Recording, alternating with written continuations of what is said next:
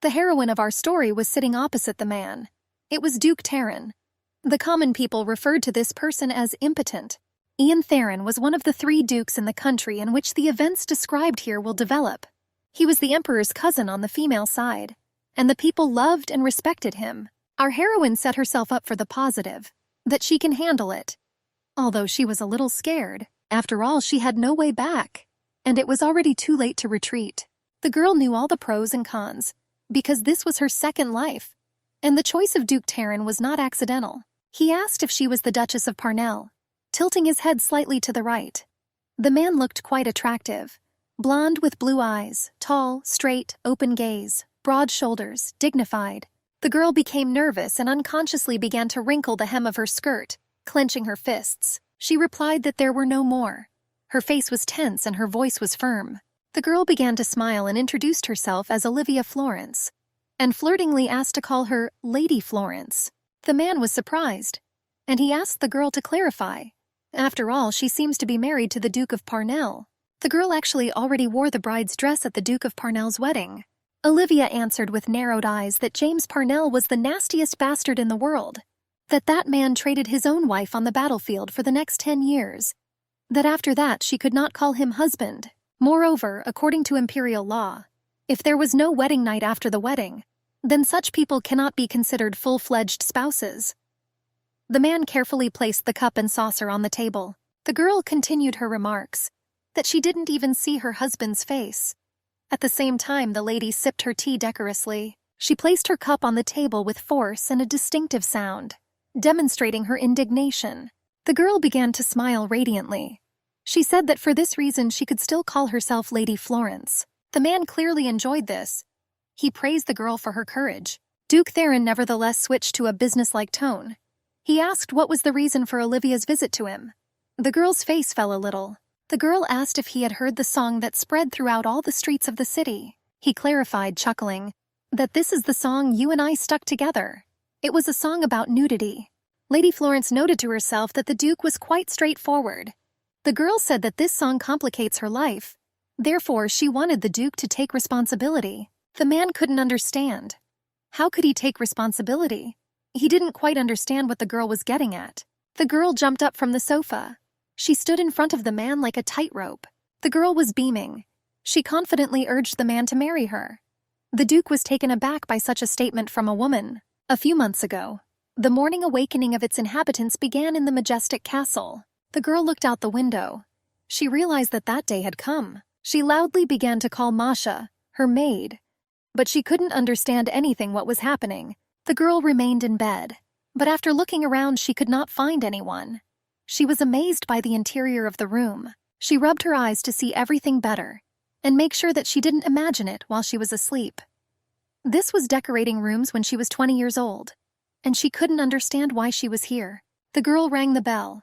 She understood that she needed to hurry. After all, it was time to get ready for a banquet in honor of her birthday. She sat in bed for a while, but no one ran to her. She rang the bell again, and again there was no sound of the maid's hurrying feet. The girl already rang the bell with rage, almost tearing the cord off the bell. And she couldn't understand what was happening around her. Olivia held her head. She couldn't figure out what the hell was going on. And where does her maid wear it? She opened the door and loudly called the maid's name. A frail figure in a maid's uniform hurried down the stairs upon hearing the call of her mistress. The maid Marie stood trembling before her mistress Olivia. She asked if she called her. The girl obligingly bowed as a sign of submission. Olivia was indignant. She asked what was going on. After all, she already called several times. The maid hesitated with her answer, not knowing what to say to her. The lady grabbed Marie by the shoulders and began to shake her. She indignantly asked why the girl suddenly looked younger. Olivia looked at the maid. It really was her Marie. She just looked like she did when she was just hired to be her maid. Our heroine began to smile to herself. She had already decided that she had quietly gone crazy and had simply gone crazy. She told the maid that she was tired of waiting for her, and she ordered me to make her some mint tea. Maid Marie was at a loss. How could she be expected? And is she really being asked to make tea? Olivia asked if the girl saw anyone else nearby. Then in the distance, the sound of approaching steps was heard. A woman's authoritative voice asked, "Why make a fuss at such an early time?" Olivia Florence could never forget that familiar voice. But she was at that woman's funeral. It was Rose Parnell. It was indeed the voice of her first mother-in-law. But she died about 10 years ago. Madame Rosaline. Mother, escaped the girl's lips. Madame imperiously corrected the girl to call her Madame Parnell. The domineering lady's face was distorted by a grimace of displeasure. On the other hand, another lady was asking. She mentioned the holy saints and was interested in who was making so much noise early in the morning. The girl's surprise grew more and more. The lady said she had a migraine, and her head is about to split open. It was the second mother-in-law, Duchess Wine. Our heroine still couldn't understand. How did these two end up here? She began to guess what was happening. But this was not within the scope of normal in any way. And then another painfully familiar voice was heard. Our heroine narrowed her eyes. The voice asked who was making noise since the morning. The formidable lady verbally threatened to kill the noisemaker. And I wanted to see him immediately. This was the third mother-in-law, the Duchess Ignoramus. Our heroine began to chuckle to herself, and the maid stood behind her and prayed for the salvation of her soul and body from this hell. Olivia tried as hard as she could to deny the obvious, but everything turned out to be quite real. Old interior decoration of rooms, all three mothers-in-law. This simply couldn't happen, but she seems to be back in her 20s. It rained that day after returning. Many drops rustled through the leaves of the garden and knocked on the roof of the building. A girl in morning clothes looked out the window. She saw many other people under umbrellas. She took off her leather gloves and put them on the table. Out of fatigue, she plopped down on the couch closest to her. Her back was aching and her head was just pounding. Someone was banging on the door of the room with frantic force. The girl could not understand who else was brought there. After all, she wasn't expecting anyone. Loud, heavy, and hurried footsteps were heard along the corridor. The maid screamed and asked the man to stop. She was very frightened by what was happening. The man's face was covered in blood. When the maid saw this, she was in a state of horror. The man did not pay attention to the horrified maids. He opened the door forcefully. It creaked from the strong pressure. Olivia turned her head toward the door at the sound of footsteps, and she saw a man entering her. It was her husband, Duke James Parnell, head of House Parnell. Our heroine was extremely surprised at the appearance of her husband. She even opened her mouth in surprise. The middle-aged lady at the table called for silence with a short sound. She said that there was nothing surprising. After all, the girl had no manners at all because apparently she had not been taught this before. The lady accused the girl of allowing herself to fly in the clouds in the presence of her elders. The girl smilingly addressed the lady as Mom. The lady was furious. She asked the girl not to call her that, but to call her Duchess of Parnell. Our heroine frowned. She tried to put on a menacing appearance. The girl replied that in that case her mother should also address her as the Duchess of Parnell. The lady knitted her eyebrows in surprise. She asked me to repeat it, otherwise she couldn't hear it well. The girl, all beaming, told those sitting at the table that she is now the wife of the head of this family. And since he's at war, then part of his responsibilities falls on her fragile female shoulders. The girl deliberately clinked her cutlery loudly. She said that her mother did not take her into account and treat her like a servant, and at the same time he also complains about the lack of respect for himself. The lady was taken aback. She always knew that the girl was capable of harsh statements, but today it was already in excess. She called the girl boorish. Our heroine sat pleased with herself. It was like a weight had been lifted from her shoulders. She smiled to herself and sipped decorously from her glass. The other lady started yelling at the girl. She was simply shocked. The lady tried to convey to the girl with her scream that she has no right to call the Duke he in conversation, even among her family. But Olivia defended her position. She answered that everything was simple, that he is her husband, and nothing is more obvious. The lady swung her fist at the girl. She screamed how dare she talk to her in such a tone. But our Olivia calmly sipped from her glass as if nothing had happened. An elderly lady sitting nearby covered her ears with her hands, hiding from the decibels of screaming. She said that she could not start eating because of ringing in her ears, and she asked me to be quieter. The blonde covered her ears and spoke, that this kind of thing starts every time precisely because of the girl's hatred of them. Olivia thought that the lady was already 40 years old. She would be the same age as her, and I couldn't understand where there was so much infantilism in that one. The girl invited the infantile lady to go up to her room and enjoy her meal in splendid isolation. Our heroine narrowed her eyes and spoke, that the lady seems to be already an adult, and I still haven't learned to talk without whining. Like a little child, really. The lady was already starting to get seriously upset. Tears welled up in her eyes. She couldn't understand how someone could say something like that to her. Olivia sat at the head of the table. Opposite her sat a lady who was the first to make harsh remarks to the girl. The second lady who spoke continued to scream fiercely, and the third one whined loudly. The Duchess spoke as if to herself, that the girl is truly out of her mind. At the same time, she ceremoniously wiped her face with a napkin. Olivia boldly answered that it was not she who went crazy, that she just had to put everything in its place sooner or later. The girl stood up. She leaned her hands on the table. She stated in a decisive tone that since the Duke of Parnell is not here, her words and actions are much more significant than others. Therefore, she urged me to adhere to the limits of decency.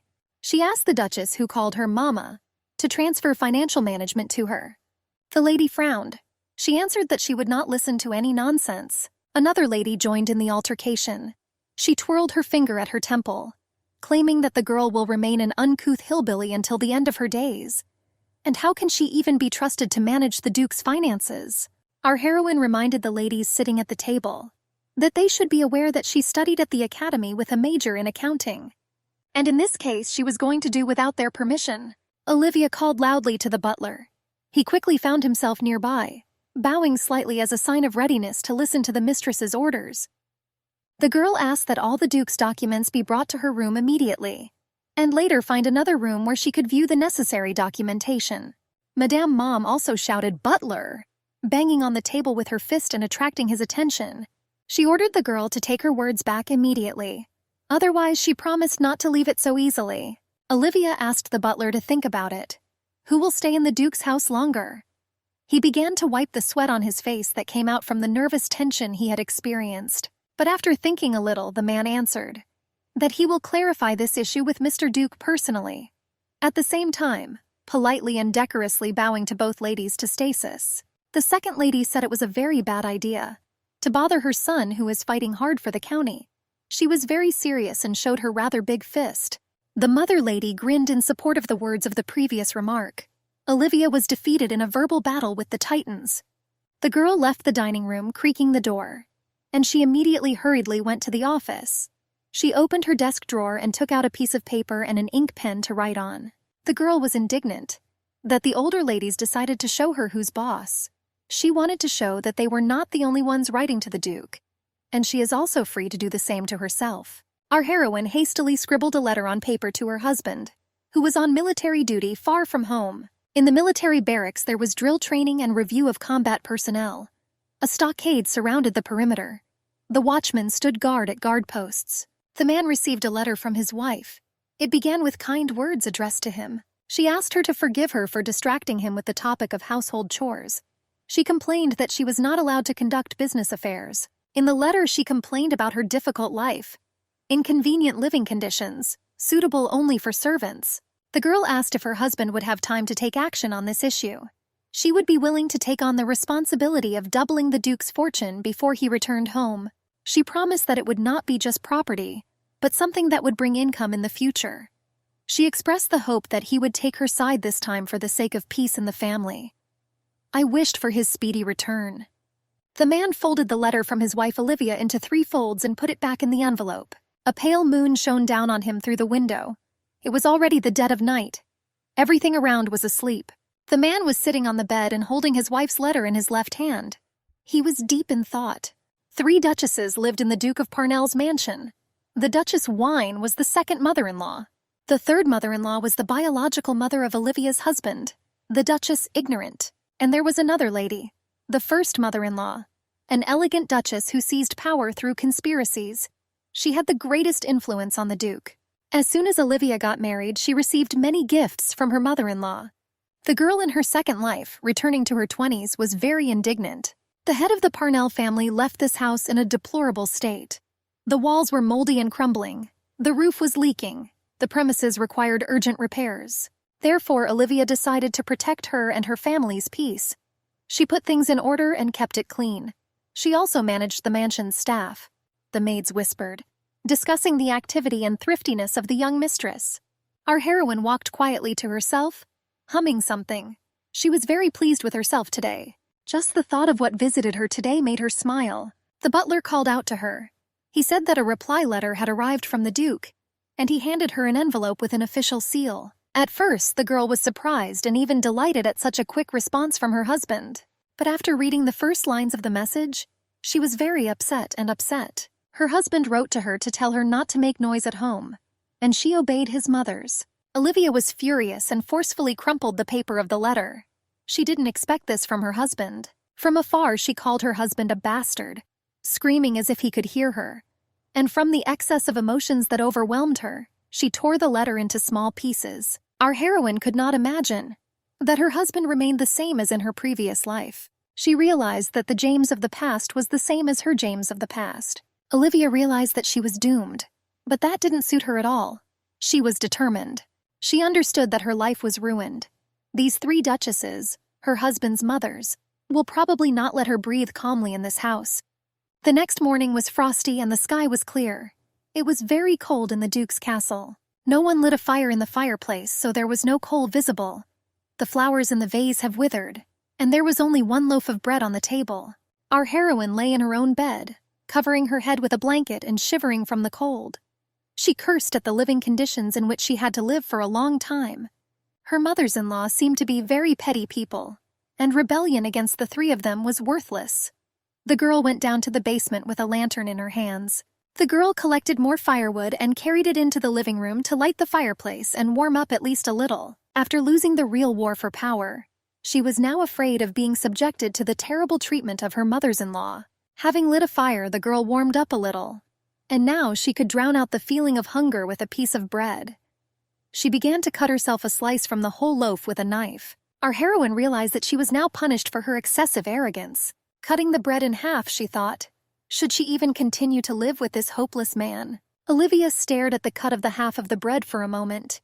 Then, in a rage, she threw it away from her. She was not going to put up with the injustice happening in her life. Suddenly, the door to her room swung open. The ignorant duchess appeared on the threshold. The expression on her face did not bode well for the girl. The lady began to advance on the girl in a threatening position. She was clearly going to attack her and humiliate her personality once again. The mother-in-law started yelling at Olivia. What a lazy daughter-in-law in the world. She said that all the mothers-in-law had already woken up early and were doing business. She blamed the girl for still lying in her bed. The ignorant duchess threatened the girl, pointing her finger at her, that she would soon be thrown out of this house. And she herself was the reason for this.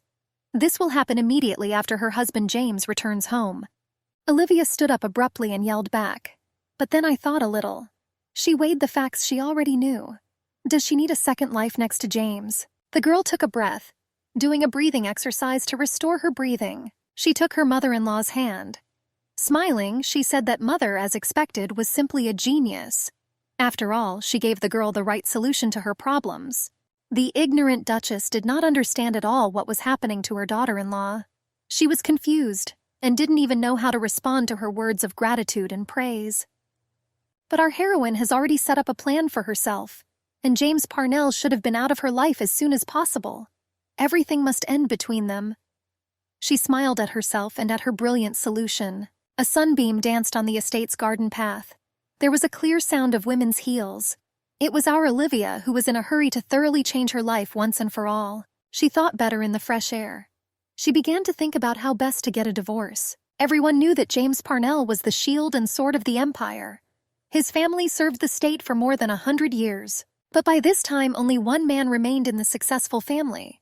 The girl picked a rose flower and enjoyed its aroma and her thoughts. A good reason was needed to send James Parnell to the battlefield. That's why he got married, so that it wouldn't be a problem. And Olivia was chosen as the bride of Duke James of Parnell. And that's only because she was born on the same day. Our heroine was tearing out her hair. She could not figure out how to dissolve this unwanted marriage with his lordship. The girl was sitting right on the garden path with a rose flower in her hand. She wasn't going to give up just like that. While thinking about finding a solution, she tore the petals from the flower. Olivia wondered if she could go against the will of His Majesty the Emperor. After all, she couldn't say that her husband was impotent. Rose petals lay next to the girl's feet. She clenched her lips, but a solution still did not come to her mind. Her James wasn't like that. She became sad, remembering the sweet moments of their love affairs. The girl was surprised. She knew that the Duke had a cousin very similar to him. 2 days later, there was a ball. The musicians played instruments. The gentlemen circled their chosen ones in the dance. One girl spoke to the other, that she should be careful. Another replied that her friend should not worry. The girl spun around sharply with a glass of wine in her hand immediately behind the back of the man in white clothes. Her glass fell and broke with a characteristic sound. The girl let out a characteristic, "Ah." The man turned his attention to her. He asked if she was okay. I asked her to be careful. He held him tightly by the forearm. The man introduced himself as Yang. He was a blue-eyed blonde with broad shoulders and an athletic build. His clothes were appropriate for his high rank. It was Ian Tyrone. Everyone around was chatting about their own things. Some of them observed a couple holding hands.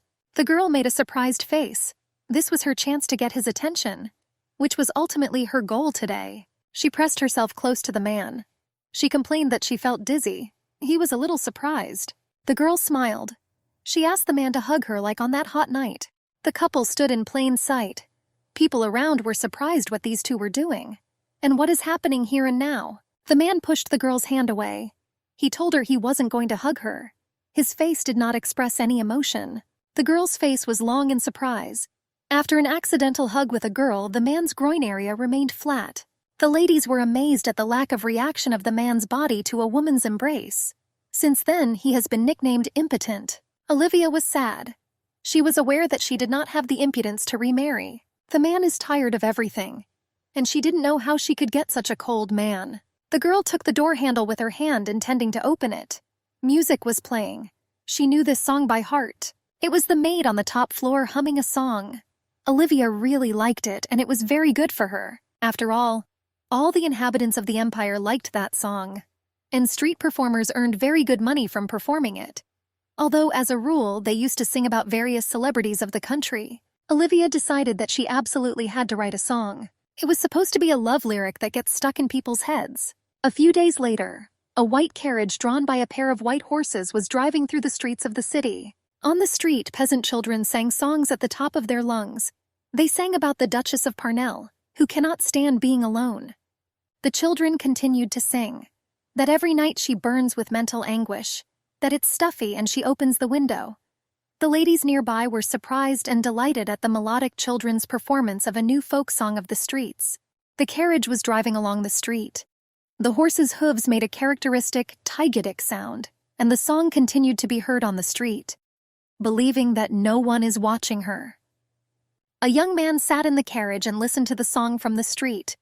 But suddenly a mysterious lover came, Romeo Alcesus. The man in the carriage was asking his servant if he had sent the letter to Olivia. Another man with glasses, bowing decorously, answered, "Yes." He mentally answered the girl that he did what she asked him to do. But he was afraid that the backlash would come too quickly. Olivia received a letter from him and smiled. This was her best friend. It is he who will later become the head of this country. It was Romeo Alcesus. It was thanks to the appearance of minstrels sponsored by Count Alcesus that Olivia's song became so popular. Immediately after writing that song, it became a hit among the people and spread throughout the world. And now there was not a person among the inhabitants of the empire who did not know about this song. Duchess Parnell cannot stand being alone, Olivia heard from around the corner. Every night she burns with mental anguish. She feels stuffy and opens the window. The girl heard the maid humming. Our heroine wrote on a piece of paper. She told herself that she definitely had a talent for lyricism, and if everything works out, you can write another song later. The girl smiled at herself and her idea. She thought that she could write songs about her mother-in-law and her sisters, imagining them as little birds. The girl began to giggle into her fist. She started writing a letter, so that Romeo doesn't worry, that everything turns out the way she planned and she really wants it. The girl wrote that she was living in hell. Her mother-in-law offends her, beats her, and humiliates her. And divorce is not the worst thing for her. On the contrary, the best thing she can do now to save herself. She thanked the man in the letter for asking her. And she signed, "Your friend Olivia." The girl was now looking forward to Duke Yang's arrival. 3 days later, the screams of the mothers-in-law were again heard from the castle. The ignorant duchess called Olivia a fucking sissy, and she asked how the hell she managed to do that such a song was walking through the streets. The girl shrank from cold and fear, But it was all her doing. She was already mentally prepared for this. She said that she did not understand what her mother-in-law was talking about, and she reminded me that she had not left her room for several days in a row. The girl asked the lady to calm down, and she assured, smiling, that she didn't understand what made her so angry. The Duchess snatched the blanket from Olivia's hands and threw her onto the bed. She screamed that she couldn't calm down, since her son's name was tarnished by such crap as a shameless wench. The girl asked what she had to do with it.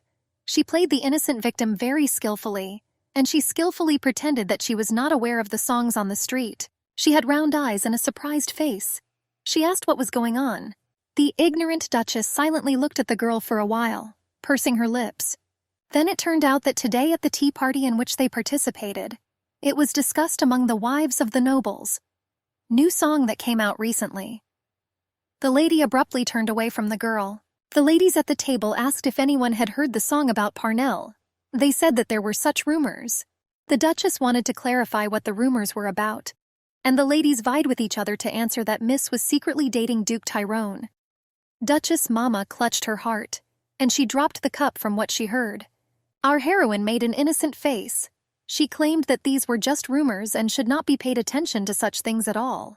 She said she didn't know anything, and she admitted the possibility of Duke Tyrone's involvement in this. The ignorant Duchess shouted that the girl was a walking misunderstanding and a giver. She threatened to freeze her to death. The mother-in-law asked the girl, how is she going to look her son in the eyes if that song spreads throughout the empire? That her son is on the battlefield, that his wife should be encouraging, and now he has to carry this burden for the rest of his life. Olivia motioned with her hand to stop and stop yelling at her.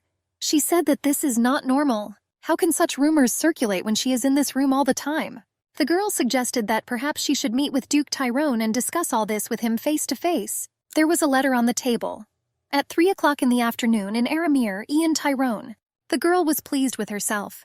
She encouraged herself that if she doubted, he would not believe her. Aramir was the most famous place in the capital that could be found. This would be the best place for Ian to dispel stupid rumors. But it was an unfavorable situation for the girl. She realized this when looking at herself in the mirror. Romeo was also very worried about this.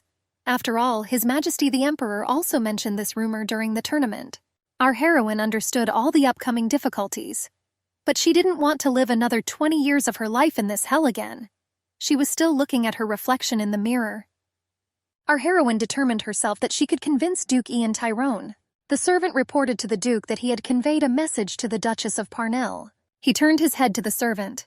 He looked pleased. He answered, "Excellent." The carriage rolled quickly down the street. A pair of horses were tapping the characteristic tigidick with their horseshoes. People saw a flag on the carriage.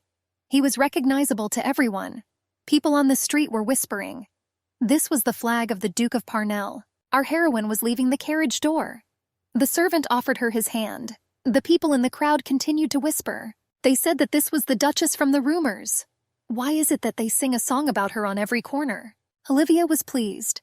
The common people were chatting about her behind her back. She was sure that the people would figure everything out on their own.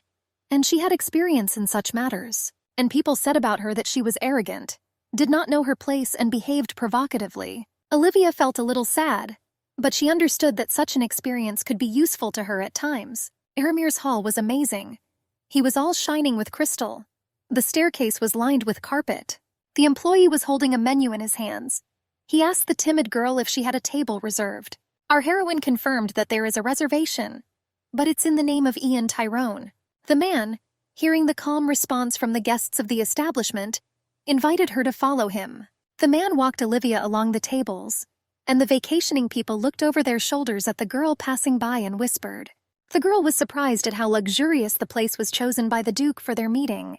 A soft sofa and a pair of armchairs surrounded a stylized handmade table. The employee said that the Count was not yet there, and he invited the girl to make herself more comfortable. Our heroine asked how much it cost to order tea. The employee asked again.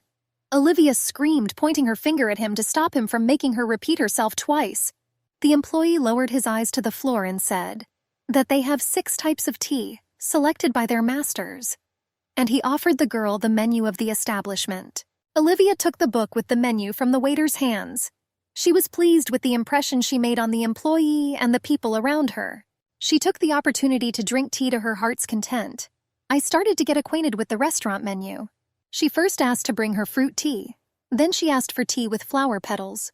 Later, more pu'eri tea. Olivia enjoyed herself. And I told myself that it's just wonderful to drink good tea. The girl called the administrator. He hurriedly approached the noble guest of the establishment. But then a man in a white suit approached her and sat down next to her. She moved to another sofa opposite him. She turned to the man smiling. But she kept her hands locked, which showed some tension and closeness from her interlocutor. That she had heard rumors about him. But she didn't think he was so rude to others. Duke Ian Tyrone himself sat in front of the girl. He clarified that she is the same Duchess of Parnell. The man sat with his chin on his fist and admired the girl openly without hiding his emotions. 3 days ago, a carriage drawn by a pair of white horses rolled down the street. A man in a white coat robe moved with long steps along the spacious corridor. The servant bowed low to the newcomer and greeted him decorously. And then he knocked on the door with his knuckles and informed His Majesty that Duke Tyrone has arrived. The man entered. They were very happy to see him. The mustachioed blonde embraced the long-awaited guest in his vice-like embrace, addressed him, "Dear younger brother." The man struggled to escape from the tight embrace, and he pulled away from the man hugging her. And His Majesty said that even if everyone believes those terrible rumors, then he didn't believe them, because he knew his brother was not like that. Ian Tyrone was surprised. He asked his brother what he was talking about. His Majesty said that he had heard rumors, that Ian has a girlfriend. The Duke grabbed his head. He asked what kind of nonsense and false rumors his brother was collecting. He asked his brother, was it not he who personally gave the Duchess of Parnell in marriage? But His Majesty retorted that anything could be cancelled by his decree.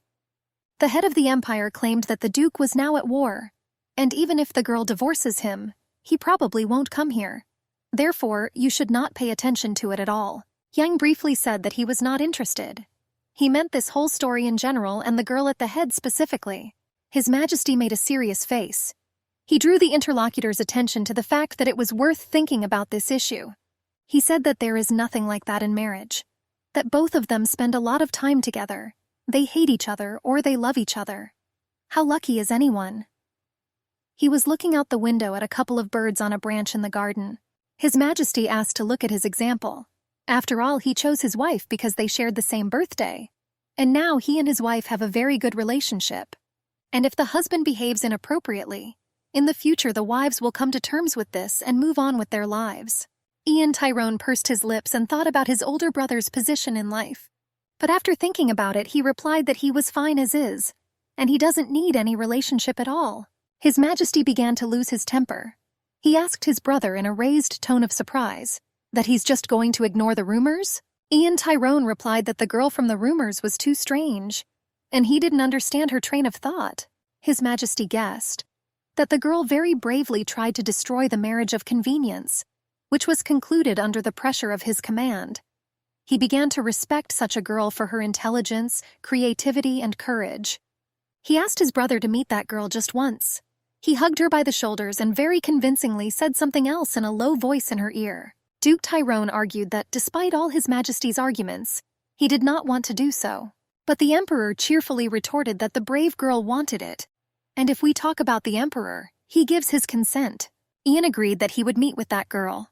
But when they meet, he will refuse her.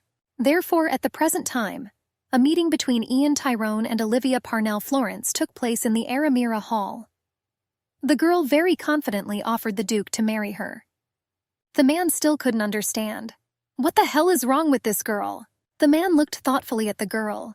He now realized what his crowned brother meant when he said that the girl was very brave. After all, it was rare for anyone to take him by surprise like this.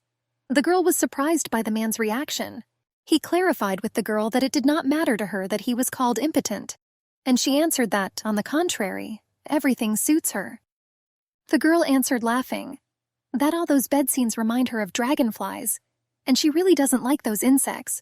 The man asked her to stop this useless conversation, and she retorted to him that he also had a bad sense of humor. The girl thought that Yang would immediately get angry at her caustic answers, but he turned out to be much more patient. A man with a sad face told the girl that he was not talkative, boring and indifferent to people. He said he didn't know what Olivia expected from him, but I wanted to warn her that she would be disappointed in him. But our heroine thought to herself that she was already too old for all sorts of fantasies, and she smiled imperceptibly to herself. And if you think about it, her husband James wasn't exactly talkative to her either.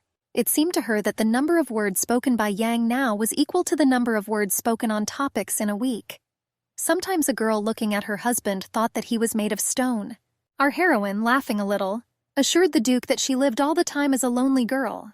So she suggested that he think carefully. The girl asked questions. Does the Duke have any other relatives besides the Emperor? He said that His Highness was his only relative. Then the girl began to urge him to marry her. The man shuddered. Olivia continued to take the lead in the conversation. She claimed that she had already calculated everything, and that's why he offers it to him. This wasn't a joke. She urged him to marry her. Duke Jan Theron turned his face away from the girl sitting opposite him. He was in a state of reverie. Therefore, the girl's chances should increase in view of the above. His Majesty must have said that his brother had the only girl for whom he was sexually attracted. And if the song and rumors reached His Highness, he would certainly approve of his marriage with Duke Tyrone. All that remained was to convince the Duke himself, and Olivia was determined. She started crying loudly, that it turns out she was just a toy for him in the hands of a dishonest man. People sitting nearby began to look around at them and whisper in surprise, pointing to the arguing couple. The man resolutely covered the girl's mouth with his hand. He wanted her to finally shut up. Olivia noticed that his hands were so soft, not like her James had. She mentally scolded herself for comparing her idiot husband to a Duke of Imperial blood. The man called her to silence, saying a short but significant shh. Duke Yang spoke while standing in front of the girl. He claimed that she had already embarrassed him so many times in such a short time. But his face remained indifferent. The man held his head in thought. He suggested that they talk in a more private setting. They occupied a private office where they were the only ones. The employee of this establishment wished them a pleasant time. The girl stopped him with a hand sign, and she asked me to bring her Earl Grey tea for a snack. The waiter bowed obligingly as he took her order. The girl joked that such tea would be perfect for a snack, and Duke Yang watched her carefully. He remarked out loud that she liked local tea, and the girl quipped that this is the only thing that makes her happy here. There was a pause between them for some time. Everyone thought about their own things.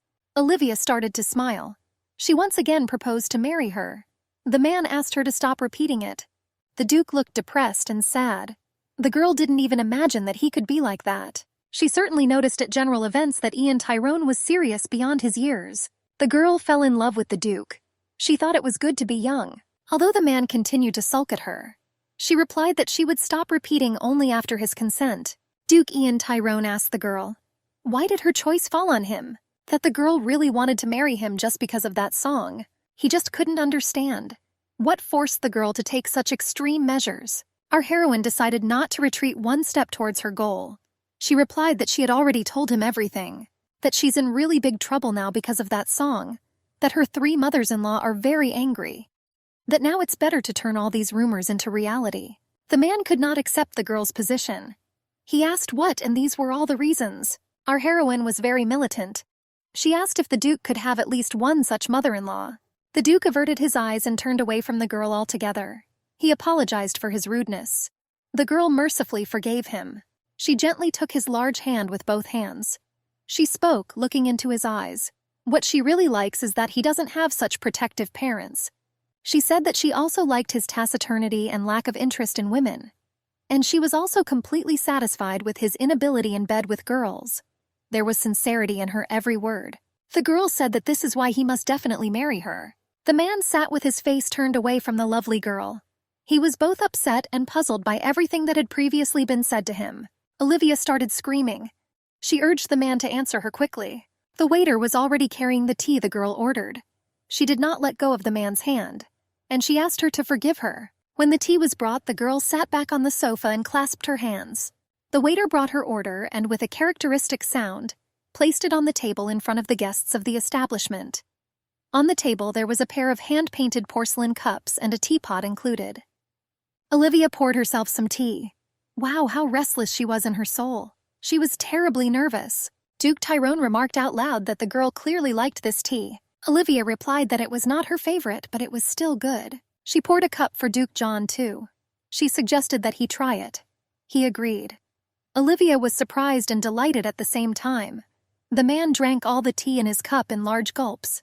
The man abruptly put the empty cup on the saucer with a characteristic sound. He extended his hand to the girl with an offer to marry him.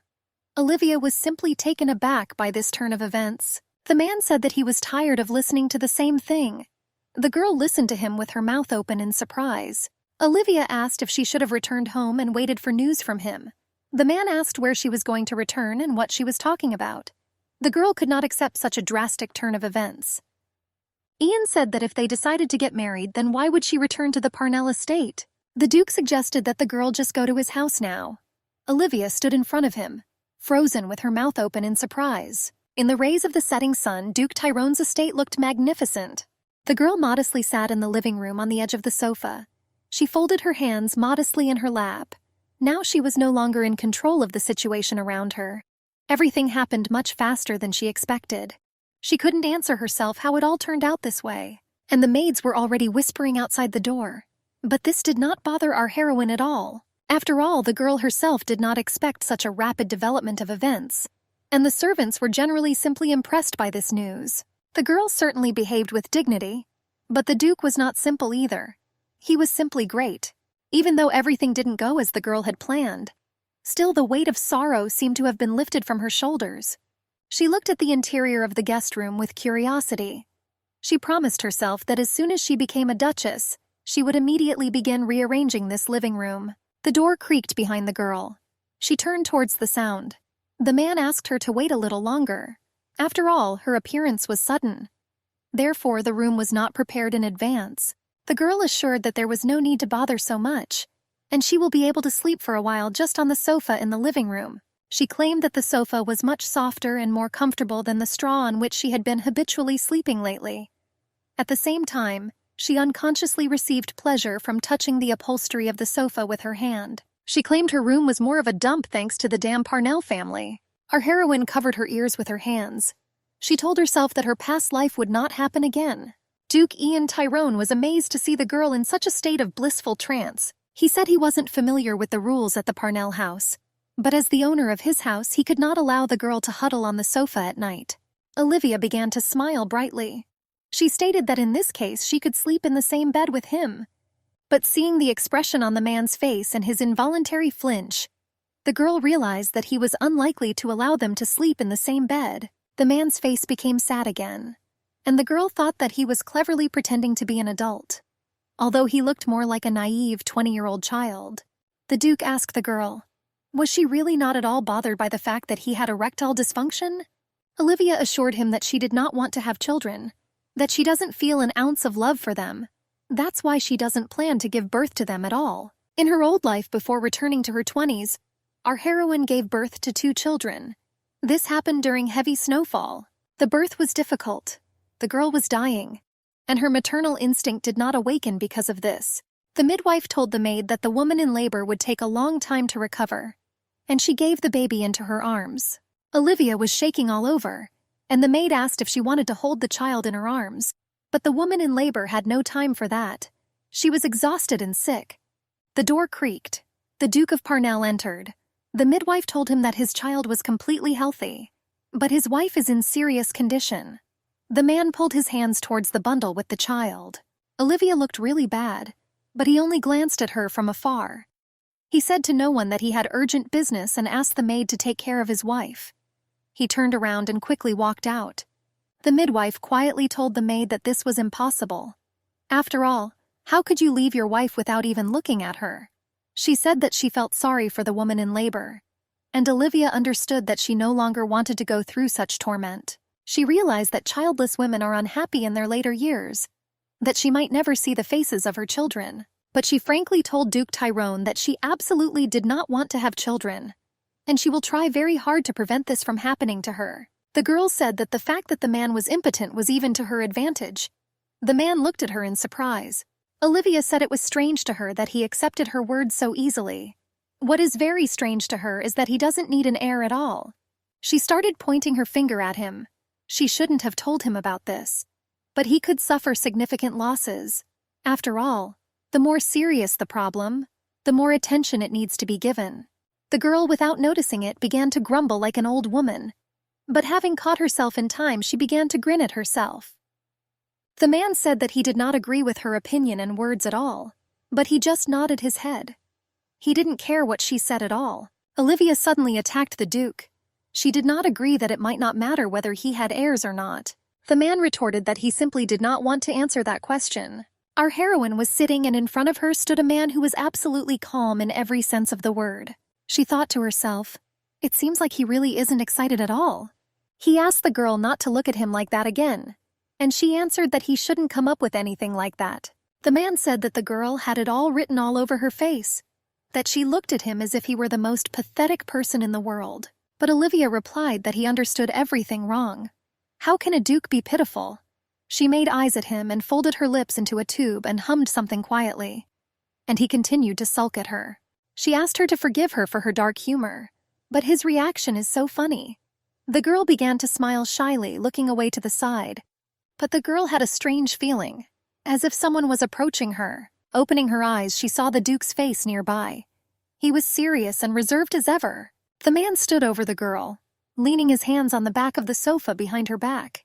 The girl could not understand what happened so suddenly, and she noted to herself that the man was simply magnificent. Duke Ian Tyrone asked Olivia, "Where did a girl like her fall on his head?" The man told the girl that now he needs to mind his own business with her permission. He said with a grin that he now had a lot to worry about due to the upcoming wedding.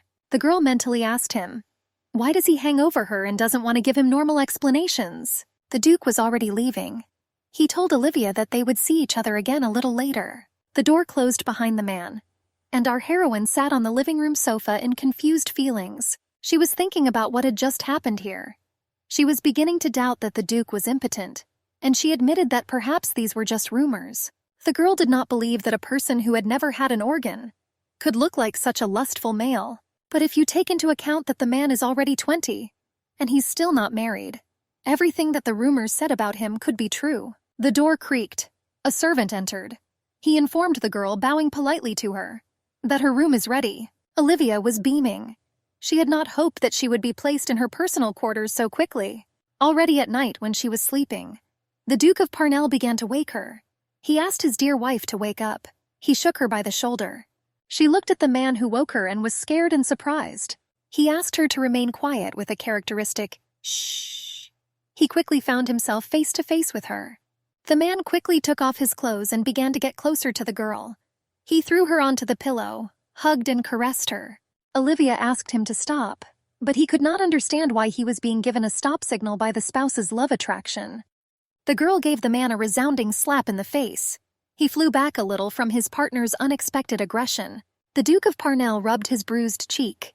He was upset and surprised by his wife's behavior. He convinced the girl that she could open her mouth and talk, and not to be aggressive at the first opportunity in response, when she just wants to, even without warning. Olivia grabbed his shirt in anger. She screamed in his face that she didn't need to be held by the hand. What turns her off from a man? The girl woke up in the bed of her new room in Duke Tyrone's castle. She was catching her breath.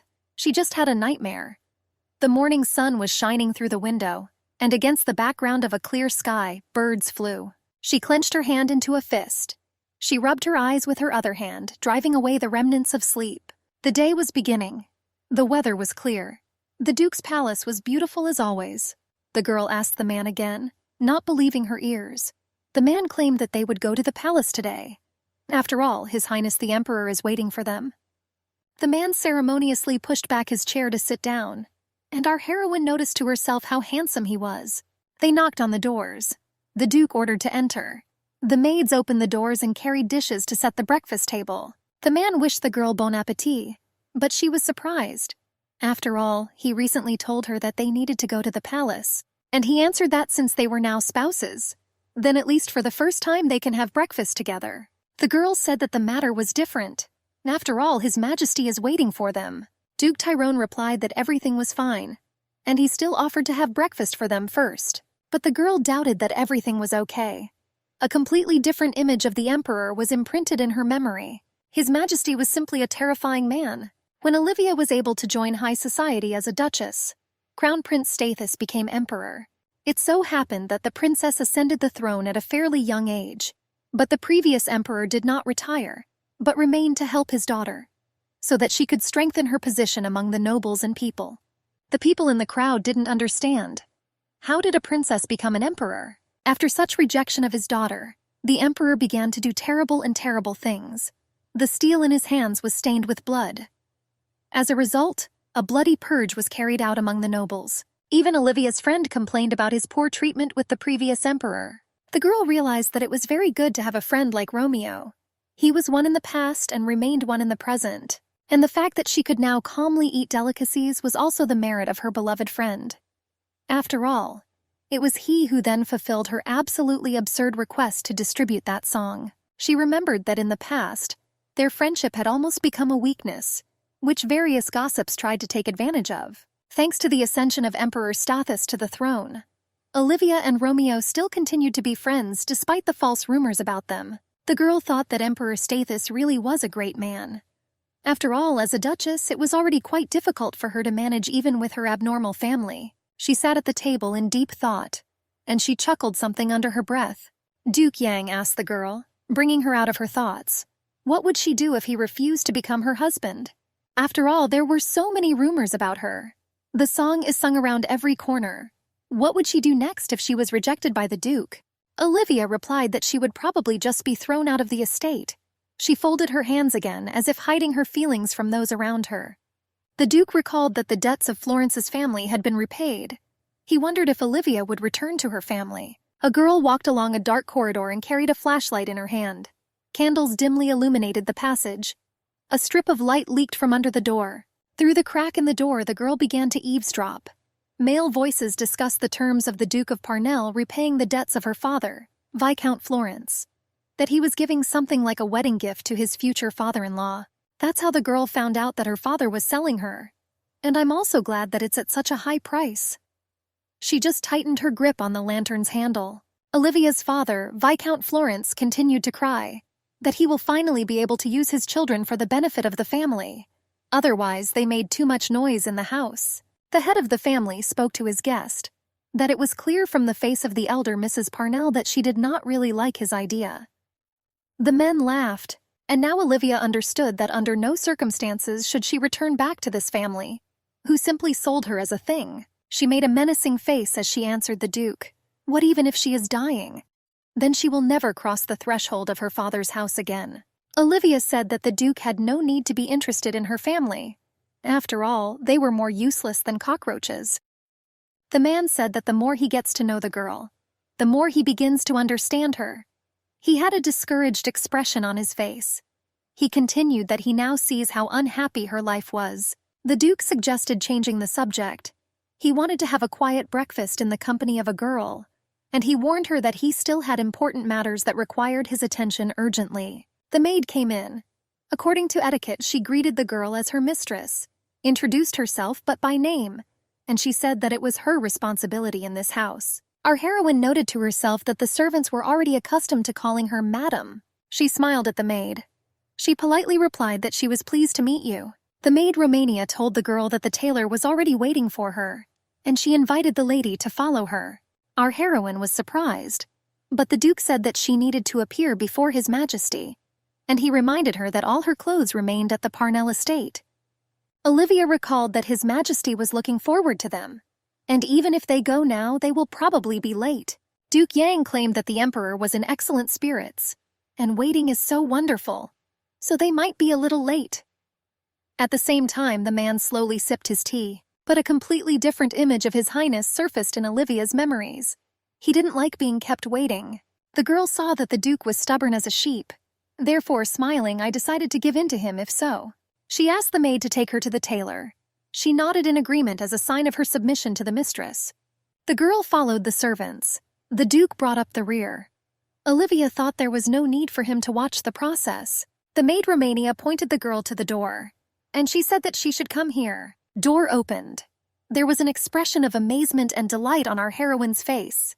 Outfits on mannequins, textiles, tailoring tools. Everything pleased the girl's eyes. A young tailor guy walked towards her, bowing. He greeted Madame Olivia politely. The girl smiled. She asked to be called Miss Florence. The guy asked her to pay attention to the dresses. She couldn't choose between pink and burgundy. The tailor asked if she wanted a dress to match the color of her eyes. He turned to the Duke, objecting to the girl's chosen color of the dress. But the girl objected that since they were not yet spouses, it makes no sense for the Duke and him to have similar outfits. Ian asked the tailor to take into account all of Olivia's wishes and do as she wants. A few hours later, the Duke's carriage was speeding down the street. The Emperor sent them a message, and now they were hurrying to the palace. Olivia sat by the window and was sad. She said she shouldn't have been late. She understood that the Emperor's words were important and should not be joked about. The man asked the girl what level of wealth the Duchy of Parnell had. I asked if it had become poor. Olivia took the question personally, and she clarified why the Duke didn't like her dress. She assured that she had chosen the most beautiful. She asked him to provide her with a comfortable life after the wedding. She convinced me to show her that she was not mistaken. The carriage drove across the bridge into the imperial garden at the palace, and the Duke sat thoughtfully. He tried to understand why Olivia was so strange. In the imperial palace, our heroine turned her head in different directions like an owl. The smiling emperor flew towards them. He admired the girl and said many pleasant words to her. His Majesty reached out to hug Olivia, but the Duke protected her from the unexpected embrace of the emperor. Our heroine got down on one knee and, according to tradition, decorously greeted His Majesty. The ruler asked to leave these formalities, and taking the girl by the hands, he asked her to get up from her knees. But the girl remembered that before he could answer all greetings with only a slightly noticeable nod of his head. His Majesty handed the girl the paper. Before starting their conversation, he asked the girl to sign this document. After reading it, Olivia's eyes widened in amazement, and many questions arose in her head. She held in her hands the marriage certificate of Duke Ian Tyrone and Olivia Florence. The Emperor's official seal was already in place. The only thing missing was his and the Duke's signatures. Our heroine and the Duke stood opposite His Highness. The palace servant stood with his head bowed behind the Emperor. The girl couldn't believe her eyes.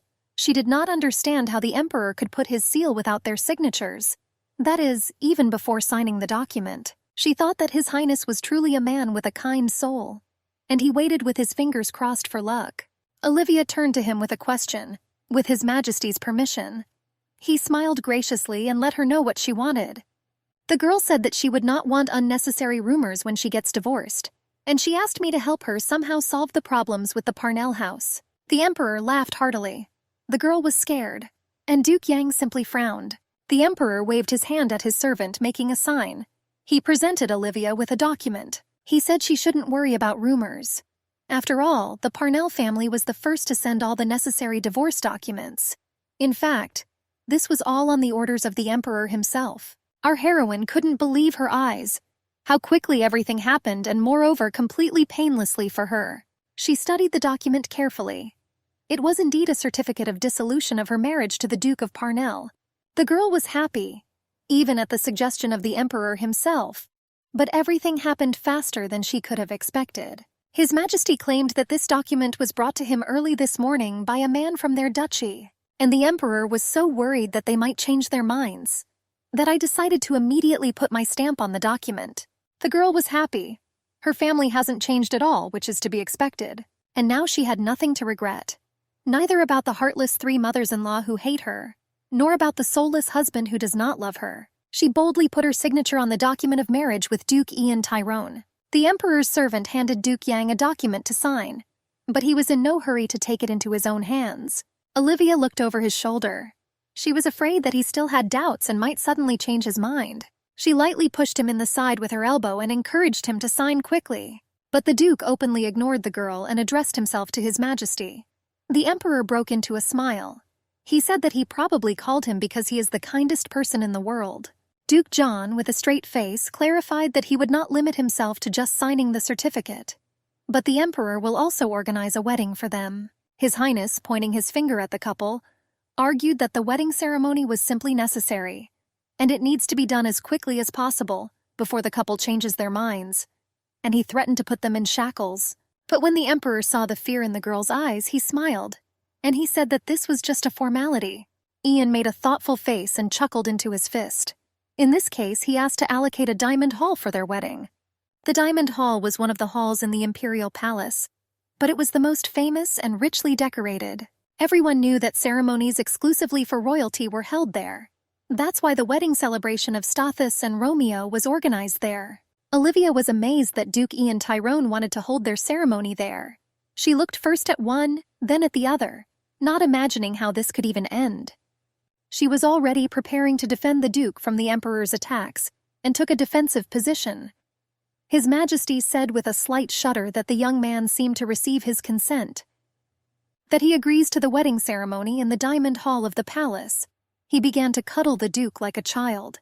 The Emperor spoke into the Duke's ear, that if he were a weakling and impotent, he would not have achieved his goal.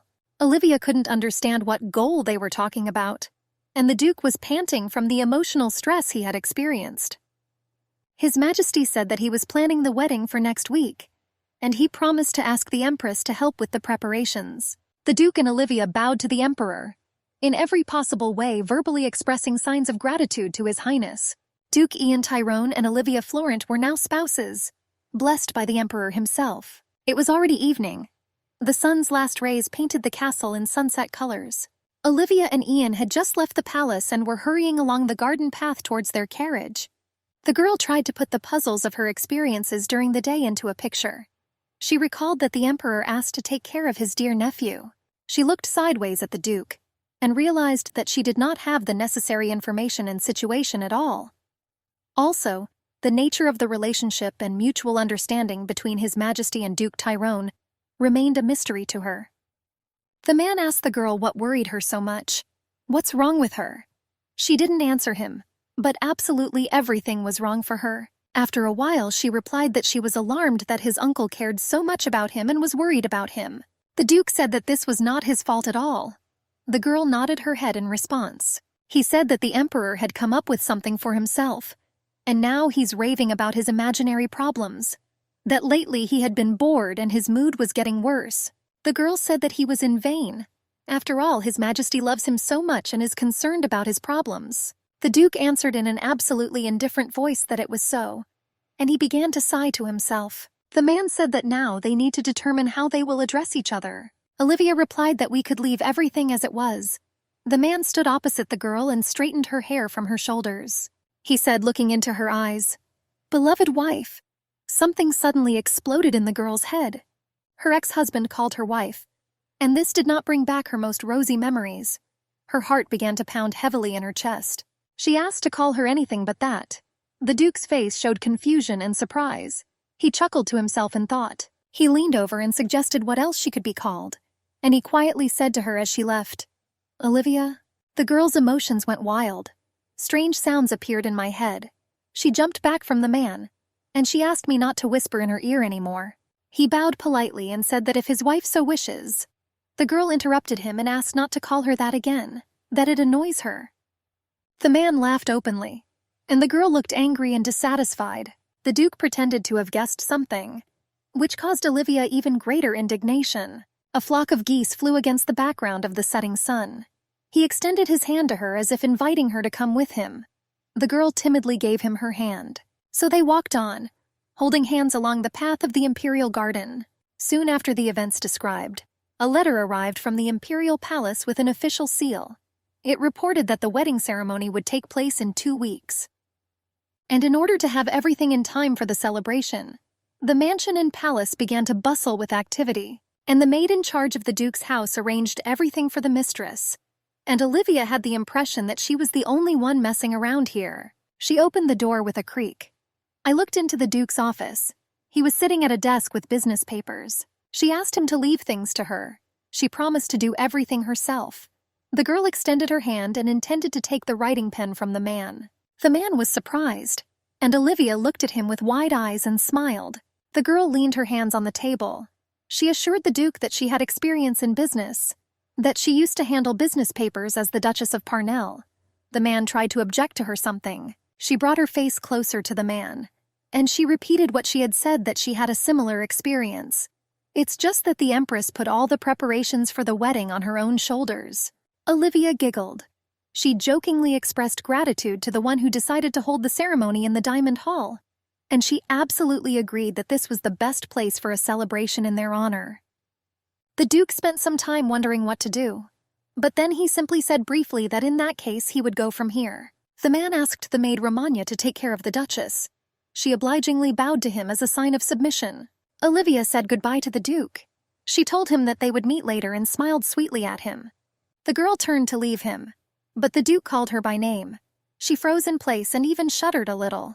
Olivia got goosebumps, but she didn't show it, and she turned to the man with a smile, listening to him carefully. The man stood up to meet her.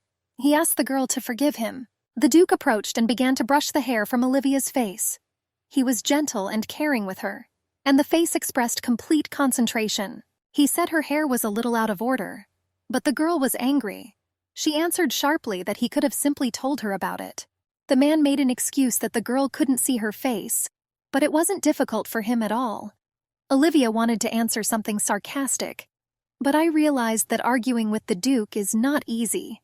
She gave up, she thanked the man, and she said that now she should get to work. Olivia left the office stomping loudly, and the maid Romania followed her. When the door closed behind the girl, the man began to smile, pleased with himself, and the girl stood with her back against the door and took a breath. The maid was nearby, ready to help her mistress at any moment. The sky was already illuminated by many stars, and our heroine was still working with business papers. She asked Romania to contact the Parnell family, so that they return her things before the wedding. The maid was surprised. She assured the lady that those people might not like it. Olivia replied that she needed her wedding dress and jewelry. She seemed to be silently complaining about a headache. She asked to offer to buy her things, but to offer a minimum price. I thought that you shouldn't be particularly generous with them. Romania expressed a warning to the lady. If a girl wants to dress up in her old wedding dress again, in which she last got married, it was worth thinking about this. Olivia's response was that they had little time left to make a new one, and I thought it was a waste of time. She was going to do a little alteration and the dress would look completely different. Romania sadly reminded the girl that wearing an old dress to a wedding is a bad omen. Olivia was deep in thought, but the girl realized that her first marriage ended in divorce, even though she was wearing a new dress, and she continued to endure in order to save the marriage. She did not have a cozy family hearth at all, and these 3 mothers-in-law and her ex-husband turned her life into hellish torment. Therefore, the girl brushed off the maid's warnings that these were just signs, and this dress will not affect her happy future in any way, and she will find happiness if she can save time and money. A few days later, a maid brought a jewelry box and her wedding dress to the girl.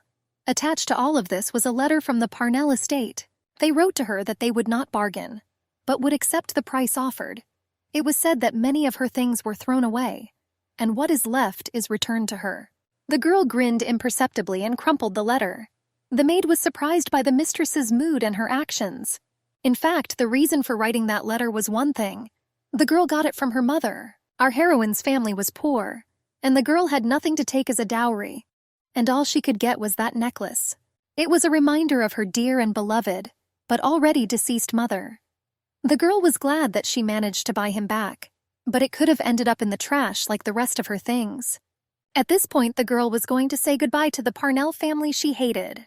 It was a starry night outside. The door to the girl's room opened with a treacherous creak. He didn't bother her. She did not wake up even when a strip of light from the crack of the opening door fell on her face. Duke Yang looked at the sleeping girl. The girl snored, not suspecting anything. The man tried to figure out for himself who this young girl was. Her actions were abnormal. She had a funny and awkward smile, but at the same time she behaved with dignity. She was nice and polite. She strictly followed the rules of court etiquette. One got the impression that she belongs in secular society and feels quite confident and free. The man was investigating the girl, and they said the same thing about her, that she is not talkative and polite, that at the academy she was a modest student and did not particularly stand out. He found out that during her studies the girl made a couple of friends. Among them was Romeo Alcestis. She studied at the Faculty of Accounting, but I never studied court etiquette. The man verified the veracity of the girl's words, that the Parnell family didn't value her, and the Duke did not pay any attention to her at all. Everything said that the girl knew nothing about high society, that she is modest and calm. But something was wrong. The Duke tried to understand who she really was. He noticed the girl's decoration. The maid said that of all the things that arrived from the Duchy of Parnell, the girl took only one for herself. It seemed like Olivia valued him more than anyone else. The Duke appreciated the girl's intelligence. After all, she was able to hide this thing behind the purchase of a wedding dress. He thought it was a good move. The man's face was pleased. He quietly asked who dared to call her that. with the hope that it is not the same man who gave her this jewelry. The Duke touched the jewelry that Olivia treasured so much. He quietly said, as if to himself, that he was really looking forward to their wedding. A week later, pairs of ladies and gentlemen walked to the palace. There were also lonely guests. Everyone was smart and cheerful, and our heroine sat at the dressing table and preened herself. She was already wearing her wedding dress, veil, and jewelry. She was a little scared. She reassured herself that this was already her second wedding. The decoration of the late mother was with the girl as her amulet. The girl was sad. She remembered her first wedding. She was terrible and lonely. Her hands were shaking. She didn't know whether this family life would be different from the previous one. The Duke groom quietly entered her room. He always wore a white suit, but today he was simply magnificent. The man took the girl's shoulder with his hand. She was suddenly frightened and screamed. Olivia looked over her shoulder at her husband. He noticed that her breathing was hoarse. The Duke touched her face and hands. The girl's sickly appearance bothered him. Her face was red and swollen, and my heart beat faster in my chest. The Duke asked that the girl was in pain. His look was alarmed. He was a little worried about his bride. The girl kept repeating to herself that she shouldn't cry. Her back was stooped, and her head was bent forward. She continued to tell herself that this is not the time to cry. She answered the man that everything was fine with her, and she's just a little worried. She turned her eyes to the floor, hiding the true cause of her worries. But the Duke saw that the girl was not completely sincere with him. He was quite a shrewd person. His face was frowning, and his lips were pursed. The man said that this was her second wedding, and these words sounded like a knife to the heart for the girl. She made a sulky look. She replied that he has stupid jokes. Toth giggled mischievously. But when he saw the girl's real emotions, he began to regret what he had said. Herzog asked the girl if she had calmed down even a little, but he took a deep breath to restore his breathing, and she answered in the affirmative. The man held out his open palm to the girl, in the center of which was a ring. Olivia asked what it was. He replied that this is an engagement ring. Jan jokingly said that she would not be thrifty. The previous engagement ring cannot be worn. The girl thought that everything was true. After all, the second ring was on the battlefield. The Duke replied that he didn't want to say that. He only sighed in response, and he took the girl by the hand, carefully put the ring on her finger. Olivia looked at the gift with amazement, and she couldn't understand why the village was so cast. Seeing the surprise on the girl's face, the Duke admitted that he had taken measurements from her finger. What caused even more surprise? After all, she did not know when he had only managed to do this. He answered her dumb question briefly that it was a secret, and the girl thought that he was a very suspicious man. And the girl thought that the ring had such a strange design. She reminded that the Duke needed to welcome the guests. The girl looked at the ring. It aroused her interest and was mysterious, and the Duke smiled watching the bride. He held Olivia's hand a little, and he quietly said in her ear that he would see her later. The man was already leaving, and the girl gritted her teeth. She thought that he was just mocking her. He was joking with such a calm face, but she thought he looked a bit like James. But apparently she was mistaken, and Olivia happily chuckled under her breath. The girl remembered her late mother, but she once told me a long time ago that she must definitely become happy, and now Olivia asked herself, would her mother be able to accept the fact that she is getting married for the second time? The girl thought like this, dressed in a wedding dress and looking at herself in the mirror. The servant said that it was time for them to leave, and the girl mentally promised her mother to do everything in her power. She was not going to miss the gift of fate. Olivia was smiling, and her eyes shone. She was wearing a beautiful wedding dress. She was a bride again, so that she would surely become happy. The supreme servant of the churches pronounced traditional words. He tied the bonds of marriage to the bride and groom with the permission of the emperor and God. The hall was generously decorated with flowers and full of guests. Duke John and Olivia Florence stood in front of the church minister, and the emperor and the empress sat next to each other in the places of honor.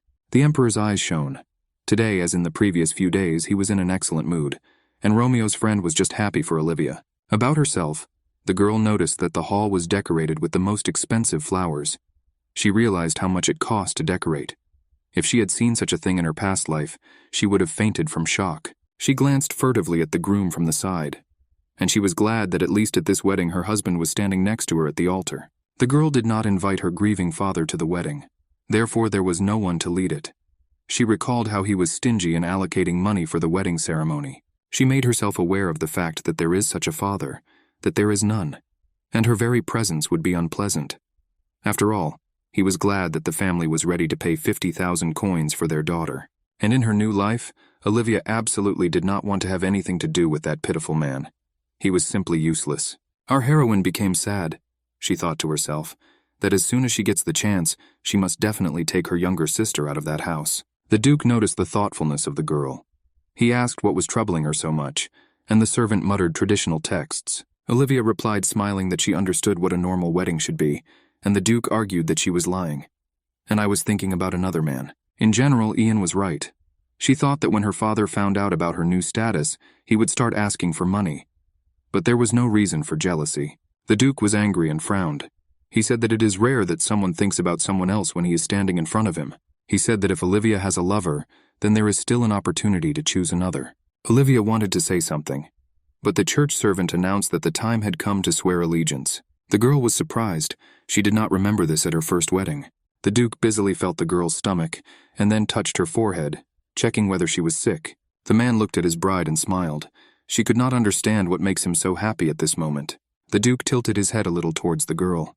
He said that he is not one of those who can share, and that he will not give his woman to anyone. Here his lips caught hers and merged into a kiss. The girl was struck by his passion at this moment.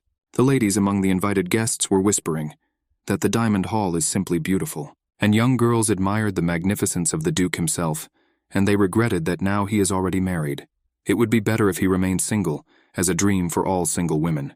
One of them even cried. The Emperor also wept publicly. He was happy that finally it happened with his beloved little brother. The wedding actually went well. Olivia was just beaming with happiness, but her husband remained focused. The girl's father, Floris, was kicked out of the palace. Ego was simply not missed by the security. He demanded that he be let through and broke by force.